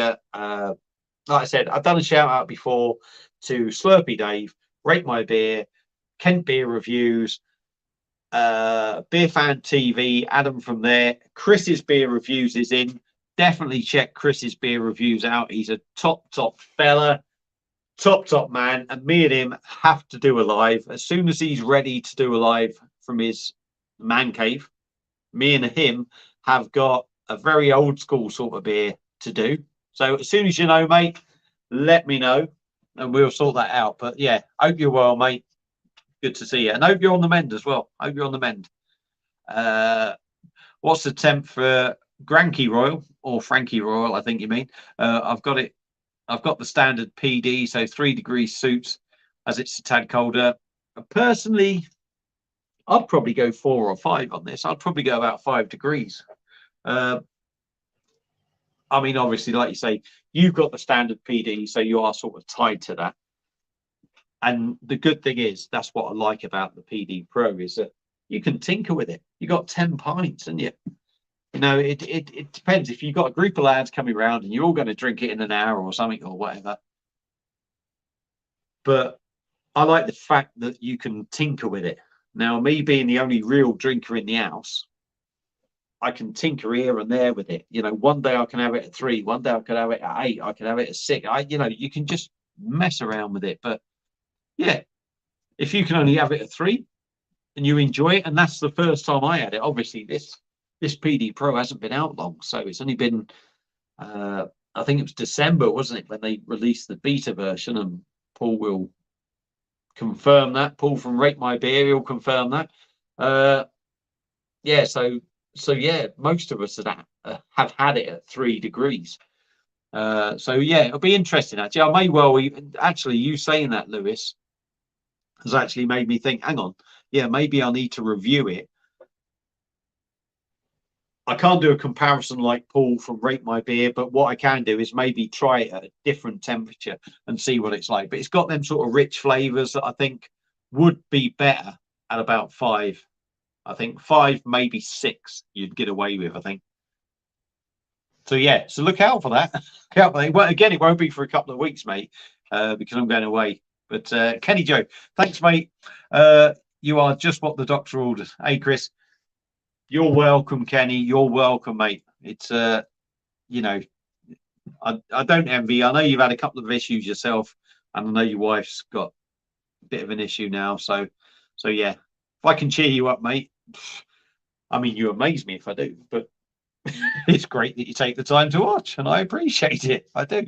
Nathan Reed, Not seen Chris. I'll take a look. Yeah, Chris's beer reviews. He's a good man. He's a good man.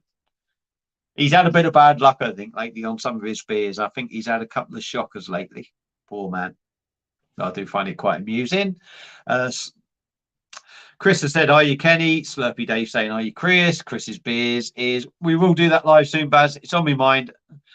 Elf is just being a pain. No, don't worry, Chris. Don't worry. It will come when it comes, won't it? It'll come when it comes. You have your rest. I'll keep doing my reviews. One day, everything will just mix in, and we'll be sorted. Chris is saying hi to Slurpy. Window beer reviews is saying ridiculous for some reason. God knows why. Slurpy saying hi to Thomas. The man who invented Tupperware. Here we go. I haven't even read it all yet. I haven't even read it, but I know it's going to be something shocking. It's going to be one of them dad jokes, isn't it? Right. The man who invented Tupperware got buried today. They couldn't find the right lid for his coffin. God. I'm not sure if Dave wants me to keep going or he's trying to get me to come off this live. I don't know. Dave's a good bloke, though, honestly. Lewis Williams, if Beer Hawk still had trading, I'd probably do it for the yeah. In all honesty, Lewis, I know it's a lot of money. I totally get that. But I would definitely get one. I would definitely buy the PD Pro over the PD. I would keep the PD. If nothing else, I would keep the PD as a second machine. Obviously, it depends on your circumstances, how much you drink, how many gatherings you have. I don't know, but the PD Pro is definitely worth a purchase. However, it really is. And Slurpy Dave's come in. Well done, Baz. Think this live tonight has cheered everyone up. Nice one. God knows how. God knows how. Do I cheer people up, really? It really is mental. And it genuinely is. I mean, Dave, know. Any beer reviewer or any person that comes on and does a video and they get lots of nice feedback, it is quite amazing because we're all just normal people like everyone else, I know. So it's great that we can cheer you up. It's great that we can entertain you. And it's great that you can be so polite. Not always polite, though. Not every person is polite on YouTube, unfortunately. But you do get that, and you just have to bear with it. Kev Elson. Told you before, beer should be as cold as possible. It's like saying tits are too big. It depends on the beer, Kev, I think. It depends on the beer. It's like anything. Tits can be too big. When you start choking on them, they're too big, aren't they? They're way too big if you choke on them. Nathan Reed, Baz, what do you think of the Moretti Rossa? I've had it on the sun. Had it on the sun? In the sun. And was good at 7 point. I've never had it, mate. I've never had it. So it's coming out tomorrow on the Blade. I won't be ordering it, and I'll either order it while I'm away if I can get some internet, or it'll be ordered as soon as I come back. But no, I've never had it. I do like a Bock beer, so I can't comment really. But it will be coming out. It's coming out. I'll be ordering. There will be a review, so keep an eye out for it. That's all I can say really. Beer Fan TV. I'm guessing Beer Fan TV is laughing about the booby kind of thing. I'm guessing. I've enjoyed this stream tonight. It's been fun to pass time. Thank you, Matt. Thank you. Good man. Good man. And I was only expecting to come on for about half an hour. I know I run later. It was a case of eating the chicken wings, and I thought nobody would be bothered. But I've had about 20 in all night. There's been lots of chatting and that's good. It makes it fun for me as well. I know I talk a lot, but I need you guys out there to chat as well. Because, you know, I do a lot of talking to myself at work. But some of the stuff I talk to myself at work out, I really couldn't put on here. I really couldn't put on here. Sitting here with a good old 4-pack of Galad. Good man. The Aldi Fosters, isn't it? If I'm correct. I think I reviewed that, and it wasn't the worst beer I've ever had. I think if I remember rightly, bearing in mind, right, Galahad Aldi, it was like £2.49 or something. or £2.79 for 4 cans. And I think I did say it was better than Carling. And Carling, you're paying £4 for, aren't you? You're paying £4 for 4 cans, if not £4.50. So, yeah, I mean, it's like £2.49. There you go. He's just come in. Sorry, Paul, I've got to delete your thing. Rate My Beer sent me a message, but all my videos are done on my phone, so I can't really come out of the live and that to look at his messages. So if you are still here, Paul, I will look at it in a bit. Yeah. Oh, he's just seen my review. Was I right in what I said? What was I right in what I've just said? I don't know, but I think you know, it was kind of, you know, along them lines. You beer reviewers are a godsend for new subs. You must spend. Oh, I tell you what, honestly, Lewis, lately, now for me, Lewis, I'm fortunate to earn a little bit from this. Not loads. I do earn a little bit, but it just tops up the beer money. But generally, what it used to be is I used to work a lot of weekends, work for myself, self-employed. Used to, you know, I do Saturday, Sundays here and there now and then. And me and the wife have an agreement that any weekend money is my beer money. So basically, I'm not going to go into too much depth of how I earn, but if I worked a couple of weekends, I would certainly have a few £100 sitting there to buy beer. But I haven't worked any weekends. But recently there's been a lot of new beer kegs coming out. I've also wanted to buy a few different beers. Now, I don't know. I don't spend much anyway out of my wages genuinely or generally. What I earn, I don't really spend nothing really. So the beer, me doing YouTube and doing the weekends, used to pretty much, I'd literally spend nothing out of my week's wages. So, but yeah, it can cost a lot. But like I say, I haven't done many weekends. The last couple of months, my channel has been a little bit slow, in all honesty. So, whereas I'd normally have a little bit of money from that, I've sort of struggled a bit for whatever reason. So yeah, I've had to dive into the wages a little bit to buy what I do. But I don't go out drinking much. I went out the other week. I've had a couple of Oktoberfests, but I don't drink massively heavy, so it's not like, you know, some people can go out on the night out, can't they, and spend £100 without even thinking about it. I don't do anything like that, even with the missus, because my missus don't really drink. So we can spend a bit when we go out. I mean, I don't normally worry if we go out what I spend, because we go out so little, and generally there's money supporting the channel as well. So yeah, but you can spend. There is no doubt you can spend an awful lot of money, and I probably do spend an awful lot of money, but sometimes I don't always notice it, because if I've worked weekends and that, it doesn't affect the bills. And I'm fortunate that the wife works as well. So yeah.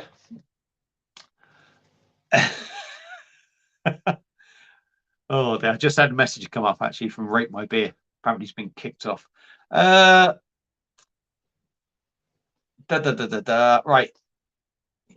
Yeah, Miss Dave. All of the new beers on the scene. My best beer this year so far has been good old Theakston Old Peculiar in the Royal Oak. That's a cracking beer. It really is. I'll tell you what. Do you know what's really funny? I'll tell you a little funny story now, Slurpy Dave. A funny story. Now, I don't know if you saw my Oktoberfest video and my beer review that I done there, but the girl in the beer review, Leanne, I happened to be in this supermarket the one day, and she was going on a day out actually with my missus and a few others, having a girly day out. And she said, "Oh, hiya Baz, how are you? Blah blah blah blah blah blah blah blah blah blah." As you do. What are you doing here? I said, "Oh, I'll just come out and have a look at a couple of beers, isn't it?" As you do. Me being real sort of laid back and thinking. And because she knew I like my beer and done these silly things called reviews, she said, "Oh, can you recommend a beer for me? I want a dark beer, not a stout, but a dark beer, but I don't want it strong." but it's got to be good. So I, because I drink some stronger beers, I don't really think as, you know,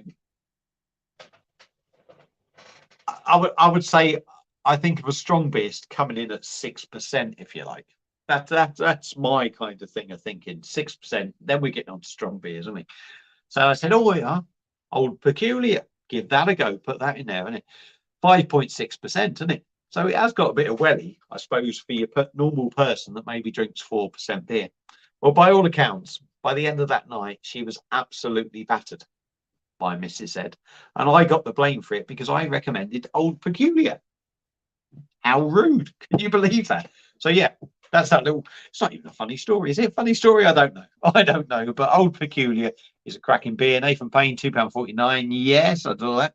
Lewis, beer reviewing can be an expensive hobby, but there are plenty of beers out there. Yes. Yeah.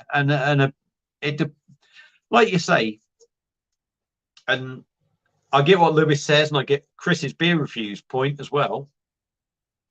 But if you look at it as doing beer reviews, I like to get a mixture of everything. And I also like to try loads of different stuff. So for me, some of the expense has to be done sometimes. I think it needs to be done to keep the channel interesting. I think it needs to be done to keep your palate interesting, or interested rather than interesting. It needs to be done for your own interest as well. So yeah, although there are really good beers you can get cheap, I think sometimes you need to splash the cash here and there just to try something a little different. And but I also think you need to try some really shit beers, because it's easy, you know. I say shit beers. You need to try some of the bog standard stuff that everyone else drinks, because I think that also keeps. If you drunk really good IPAs, pale ales, stouts all the time, if that was your just everyday drinking, I think you lose appreciation of a good beer. It's like anything, too much of a good thing, and you lose that appreciation. So having the cheaper beers in there, not only, and it sounds terrible to say this, not only get your views because your genuine standard Joe blogs on the street drinks that, and it will get your views and they're interested to see what you say, but it also puts everything in perspective, you know. So even some of the cheap Lidl's beers and Aldi beers, like I said, the Galahad thing, I've not reviewed Foster's yet. I don't think I've ever reviewed the original Foster's on the channel, but having that Galahad actually made me think of some of the other beers that I think would be worse than that, and are more expensive. So yeah, if you want a good beer, you've got to spend the money. But when you're doing the channel, I think you need to mix and match and do everything, and you've got to be willing to spend 50p, 70p on a can of beer. But you also maybe got to be willing to go, right, hang on, that beer there is a tenner, and spend it. You don't have to, obviously, but if you're really interested in your channel and you're interested in growing the channel and spreading it around, I think you need to do that. But yeah, I suppose any channel can be as expensive as it needs to be. It's up to how you want to do it. I like doing the channel. I know Chris likes doing his channel as well. And I think as long as you enjoy it, I think you want to bring pleasure to people watching and for yourself as well. So, right, why is Carlin still on the shelves? Who is buying it? To nick a phrase, it's fucking shit. I got a feeling that phrase, he's nicking that off me. People buy it. That's the unfortunate thing, mate. And I don't think a lot of people look at craft beer or fancy beer as snobbery.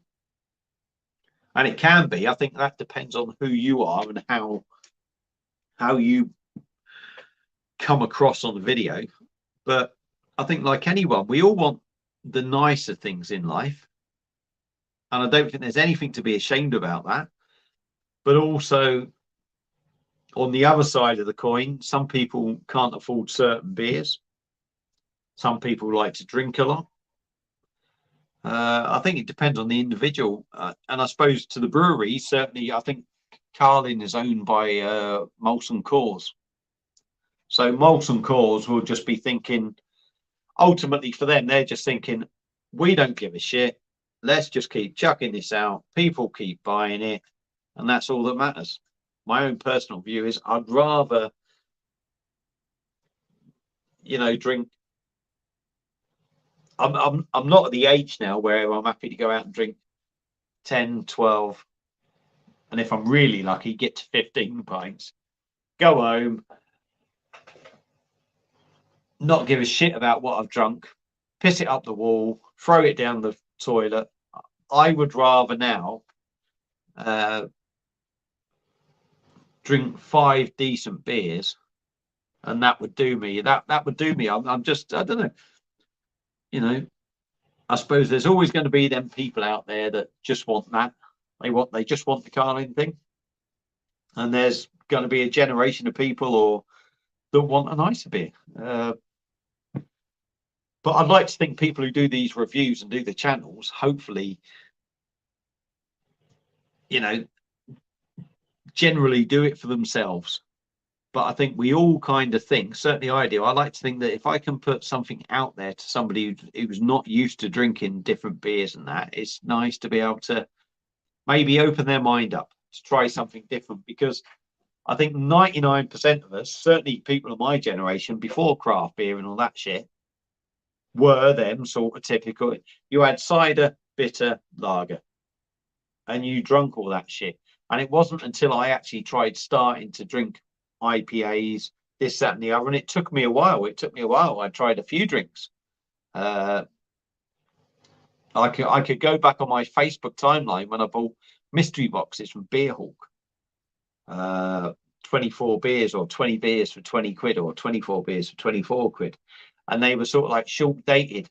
And there was like Club Tropica, there was Goose IPA, and I remember seeing some of the comments that I'd put when I see like comments I'd put up, and I was like, and then all of a sudden it clicked, and I really enjoyed the stuff.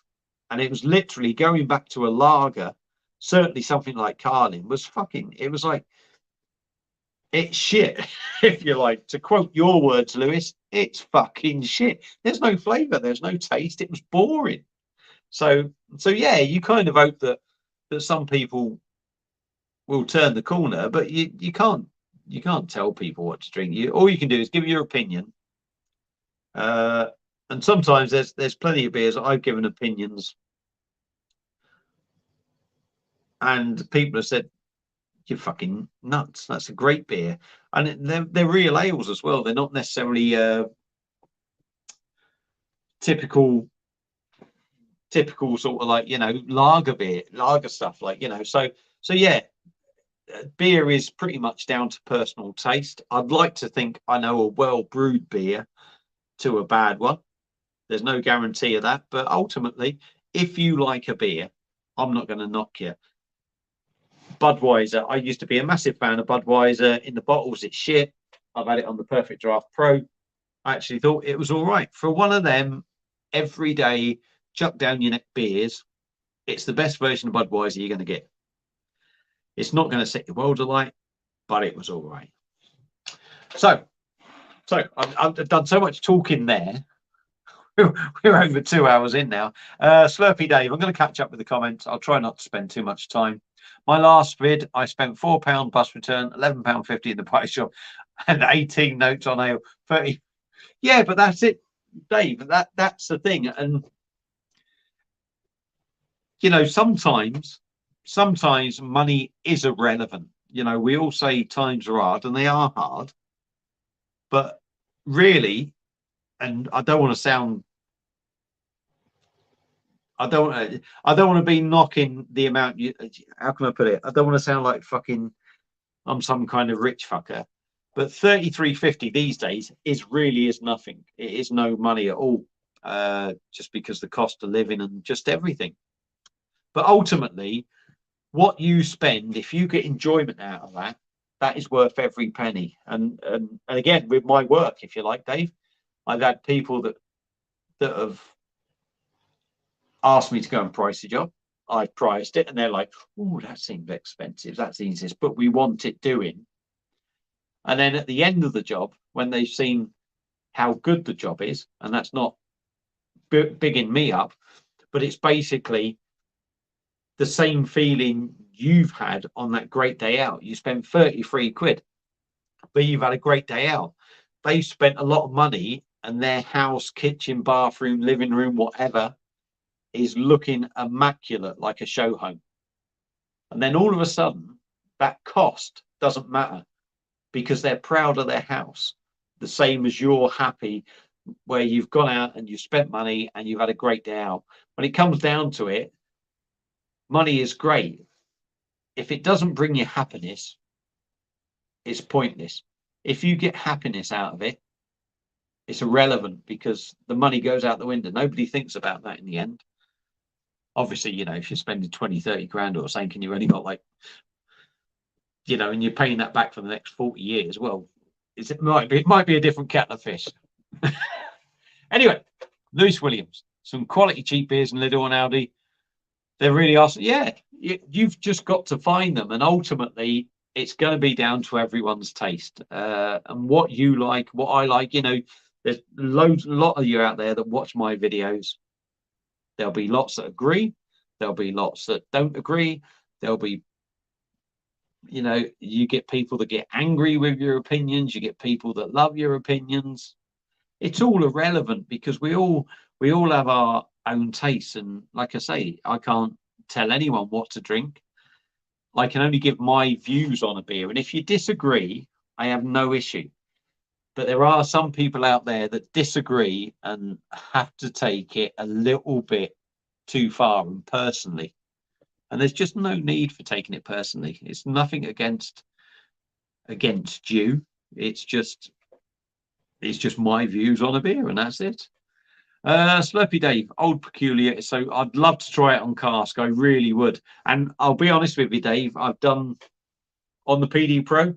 They do a thing, comment and recommend breweries and kegs you'd like to see. And Old Peculiar is one that I would love to see on the Perfect Draft. It really is, because it's old school and it's fucking banging. Thomas is in. Window reviews interview. Thomas, is that a challenge? Is that a challenge drink or some bog water? What, this one? No, that's just a beer review, that one. Good old Bibliotech. Imperial Stout, pal. Imperial Stout. Chris's beer reviews. I am currently sipping a coconut maple toast Imperial Porter brewed with coconut and maple syrup. Oh. Ooh. Ain't chip. Let me guess, Chris. I'm going to say, because I've had a couple of Omnipollo beers that I bought. I had a mad day out. Again, we're going back to that I don't go out very much, but me and the missus went out for a day. Just in the town. We said, sod it. I don't give a shit. We are going here, we're going there. We're going to have a few beers and not give a shit. And we went up to this Bailey Head place in Oswald Street. Great beers. They do fridges full of cans, bottles. They do Belgium stuff. They have Belgium stuff on tap at times. They got about 15 taps. They have tap takeovers and what have you. They're really good. But anyway, so we're in there and I'm trying this, that, and the other. And then I actually I bought one Omnipollo beer, 330ml. That was one of the stouts. I think it's about 10% or something. 15 quid it was, 15 quid. And I actually bought one as well to take away, and that was 15 quid as well. So fantastic beers, very expensive. But for me, unless you really do have the money, they're beers that you treat yourself to once in a while. you know, I would never go on Omnipollo and say, right, I'm going to buy a case of Omnipollo beers, because, you know, 15 quid, 12 beers, you're looking nigh on 200 quid probably, and you'd be looking 150 quid. You just, realistically, unless you won the lottery, you're not going to do that, as good as the beers are. But yeah, Omnipollo are fantastic. Kevin, Carling Premier is lovely. I think I've seen that around a couple of times. I think you did. I'm not sure if it was you, Kevin, in the past maybe asked me to pick it up, but at the time all I could see was 24 packs, and I said there's no way I'm buying 24 packs of Carling Premier just to do a review. Now if you want to buy a 24 pack, send it to me, that's fine, but I think I've seen it recently in B&M in 4 packs, so it might be something I've got to look into. Kenny Joe's got to go. Cheers all. Thank you, Kenny. Sorry if I've missed you, mate. You know what I'm like for getting behind on comments.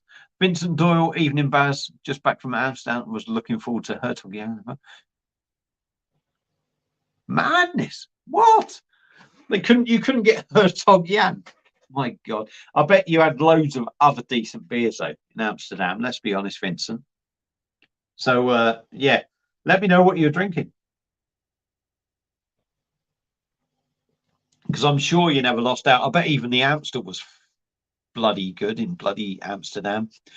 Chris saying bye to Kenny and commenting about his wife.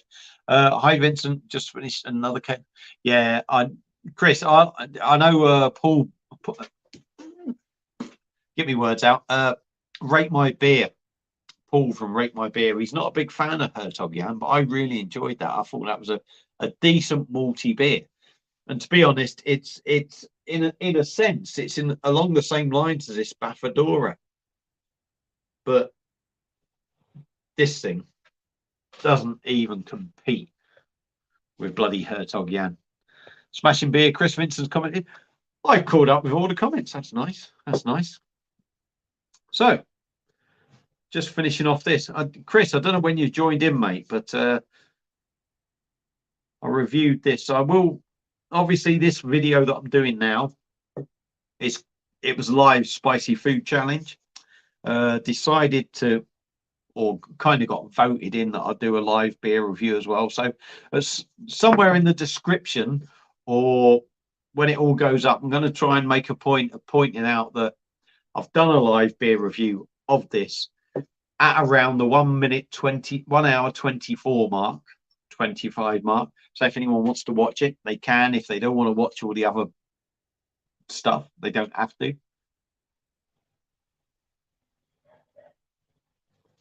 Right, let's go on. Right, Lewis Williams, Jupiler, Spaten, Lowenbrow from, yeah, Jupiler's really good. I still wouldn't put it above Spartan and Lowenbrow for me. Chris has commented, yeah, I missed a review of that beer. Chris, if you go back when it's up, 1 hour 24, I think if you start it somewhere there, I'm kind of just getting ready to do it. So if you want to see the review of that, it's a Swedish Imperial Stout coming in at 12.3%, mate. Go and have a nosy. If you don't, I won't tell you off. It's up to you, mate. Nathan Reed, I think King Cobra was the most I've spent on a bottle of beer in an Indian. 12 quid for a 75. To be honest, yeah, I've had King Cobra. I had it in an Indian, actually. I think I was down in Eastbourne, I think it was. I think it was an Eastbourne. I went for an Indian. And I don't know how much it was then. I think it's about 5-6 quid, but this is going back 10 years ago, I think. So yeah, and that was a 750ml bottle. It's about 7.5%, isn't it? I think. Yeah, it's quite nice though. I quite enjoyed it then. Right, just bear with me because I've got to go and see the vicar. Don't disappear, and I'll be back any second now. And I'm going to catch up on Don Drinks Beer and his comment. So hang in there.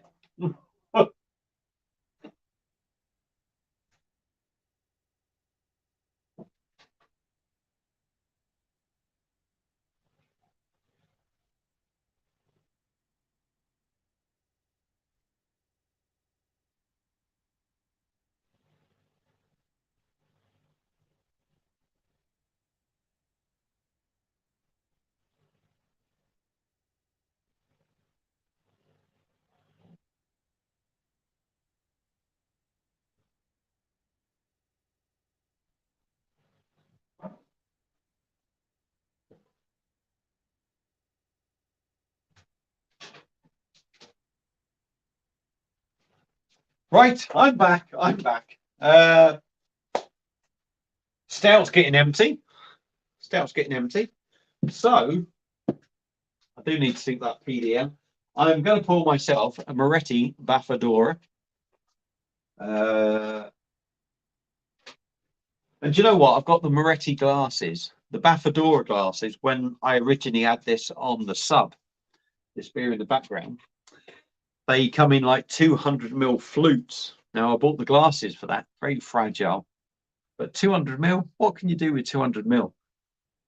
So I got rid of the glasses. And although I've got the original Moretti glasses, I found a glass that I like putting this beer in. And what it is a Kozel glass or Kozel. So it's a Czech beer glass. I'm going to knock that off for a second. I'll come back to everyone else. Don't worry.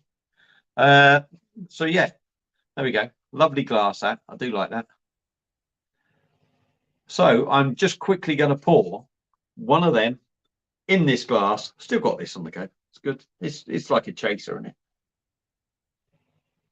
it? Baldy Beer Reviews is in as well. So it's nice to see him, but I'll catch up with his comments. Let's just get this poured first.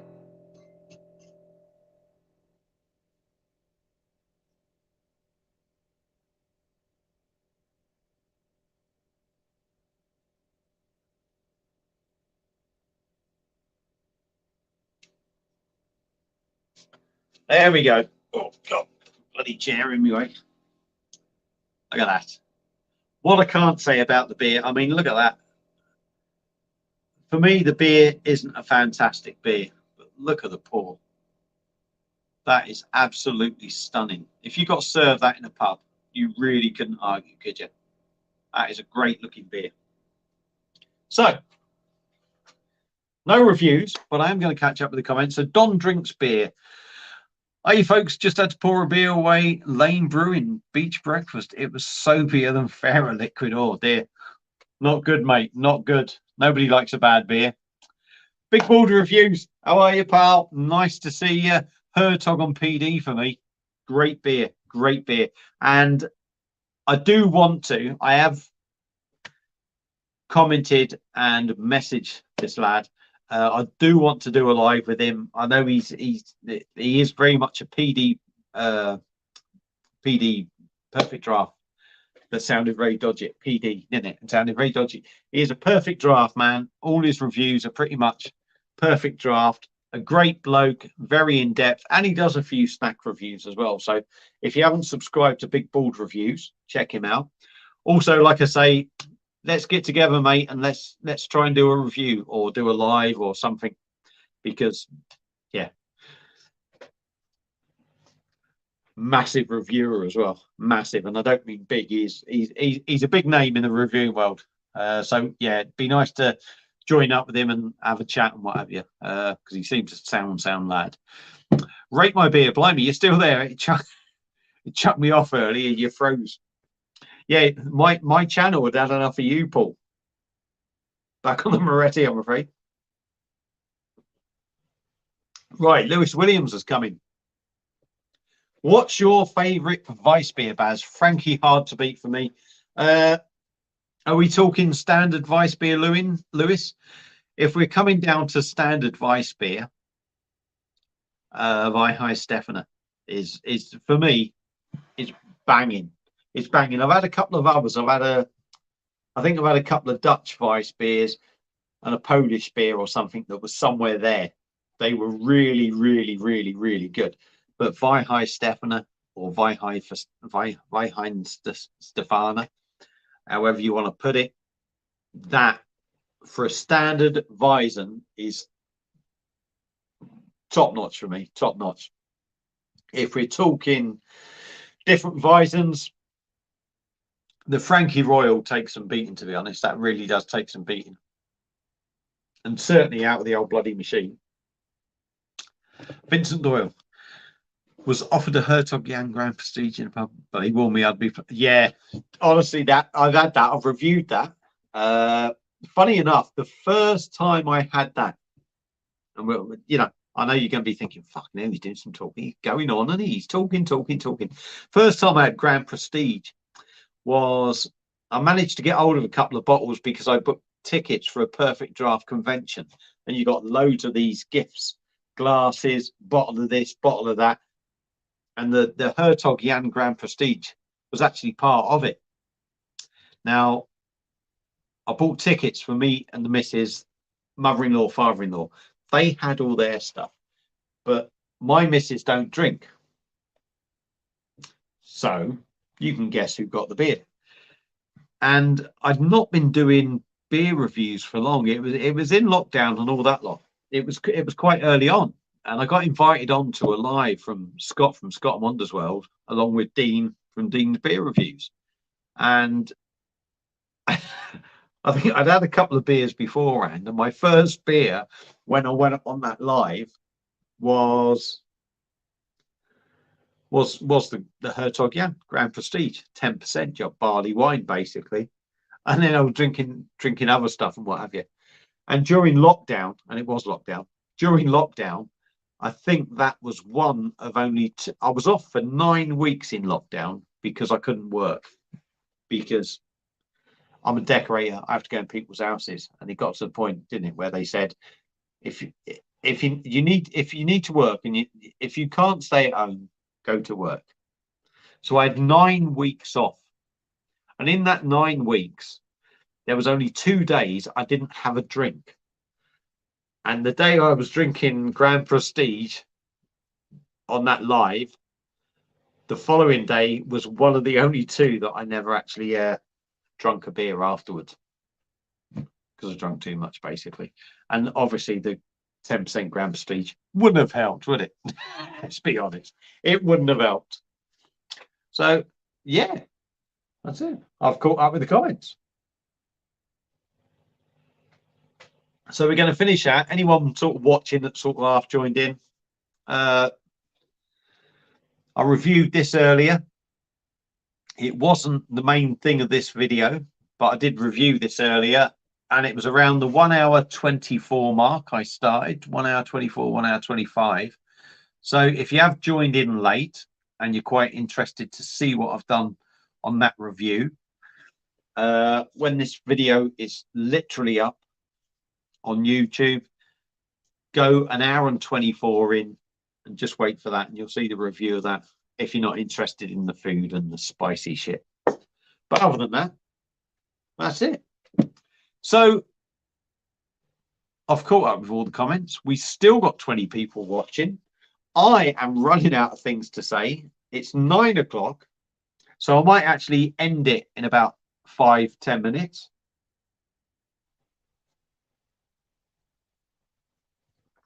Anyone new that has joined in, I'll go back to what I said somewhere near the start.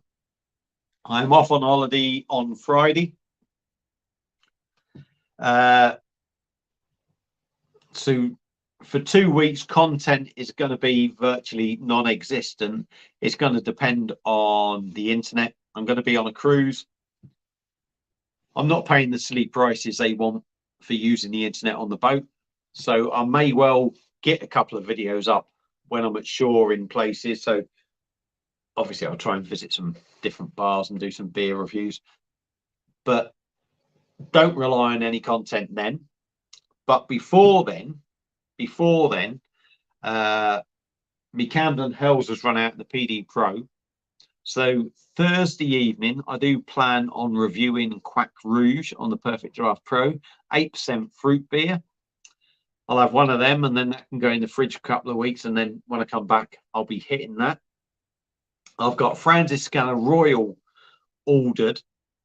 That will be coming sometime this week, but that'll be, again, although I've reviewed it already, it'll be interesting to review it on the PD Pro at a different temperature. So no doubt that will be coming up after the holiday. I will be trying to bang out some beer reviews before I go away. I'll try and get a couple in a night or something now. So there might be another 6 coming over the week. There will be an unboxing, and I'm thinking that's coming tomorrow, because I've done another one of them orders with beer merchants for a mystery beer glass box. So it's 6 glasses for £6. I ordered 2 boxes, £5 postage. So there will be an unboxing of that. And I think that's about it, really. I think that's about it. There'll be a beer unboxing. I'll try and get some reviews out. There'll be quag. Also, like I said, I've got a couple of kegs here, which I don't want to say too much about, but they are for the Beer Monster machine. So at some point, I'm waiting to get... I need to have a chat with someone first before I say anything. But I do plan on doing a post or doing a video, and then you'll see what is coming up, and hopefully one of them will be coming up just after I come back off holiday, and that's for the Beer Monster. So there's quite a few things coming up, so hopefully it will be interesting for you. And that's basically what's happening. So hopefully it's going to be quite busy this week. There's going to be a couple of weeks where nothing really happens, and then hopefully I'm going to be back on it afterwards. But in the meantime, when I can't put videos up, I do plan on doing some beer reviews while I'm on the boat. While, you know, I'm going to Tenerife. We're on a Caribbean cruise, so we're stopping at Tenerife. No doubt we'll get off for the day. I'll try and do a couple of reviews. They'd just be stored on my phone. Barbados, St Kitts, St Lucia, something like that. So I will try and do some content while I'm away. It just might not be up until I come back. So yeah, there's just an update for everyone, really. Chris's beer review said, enjoy the cruise, mate. I am looking forward to it, mate. I really need holiday now. I went away last Christmas Eve for 2 weeks in Tunisia. So once we got back in the first week of January, I've not had a break then. So I'm really looking forward to it. And hopefully the weather's going to be good. It's literally going to be a case of just switching off. Nathan Reed, cheers, Baz. Great live. Don't forget to grab the Rossa. Look forward to... I will grab it, mate. I will grab it. It won't be, like I say, it won't be something before I go on holiday. Otherwise, it's just going to be sitting in the fridge, doing nothing, or sitting in the shed. And we have got somebody stopping here looking after the cats. So I've got a shelf full of beer at the moment in the fridge. So I do need to leave some space for them, because the quack keg will be in there Thursday. Obviously, I'm going to review the quack. So there's going to be a 6-litre keg sitting in the fridge as well. So, and I'm not sure what rate my beer's on about now. So did I. I can't remember now. Free postage. Me wonder if we get some. Yes. Yeah. I know where he's on about now. So yeah. Thank you all for watching. I'll tell you what, you lot have been absolutely fantastic. I've really enjoyed it. And obviously the fact that everyone has been interacting and that, it makes it worth my while to carry on. Like I said, I was only going to do a half hour, maybe an hour tops. But you've all been absolutely incredible. We've all had a good laugh, hopefully. Hopefully. I've enjoyed it. Hopefully you've all enjoyed it. So yeah. I'm going to end it there now. I'm going to let you get back to your Monday night. I know Mondays are boring, but they can't be any more interesting with me, surely. I don't know. So thank you all for watching. Let's raise a glass to you all. And I'll see you again on another beer review. But for a live, it's going to be in a few weeks' time. So thank you all for watching. Keep drinking good beer. Enjoy your food. Blah, blah, blah, blah, blah, blah, blah, blah, blah.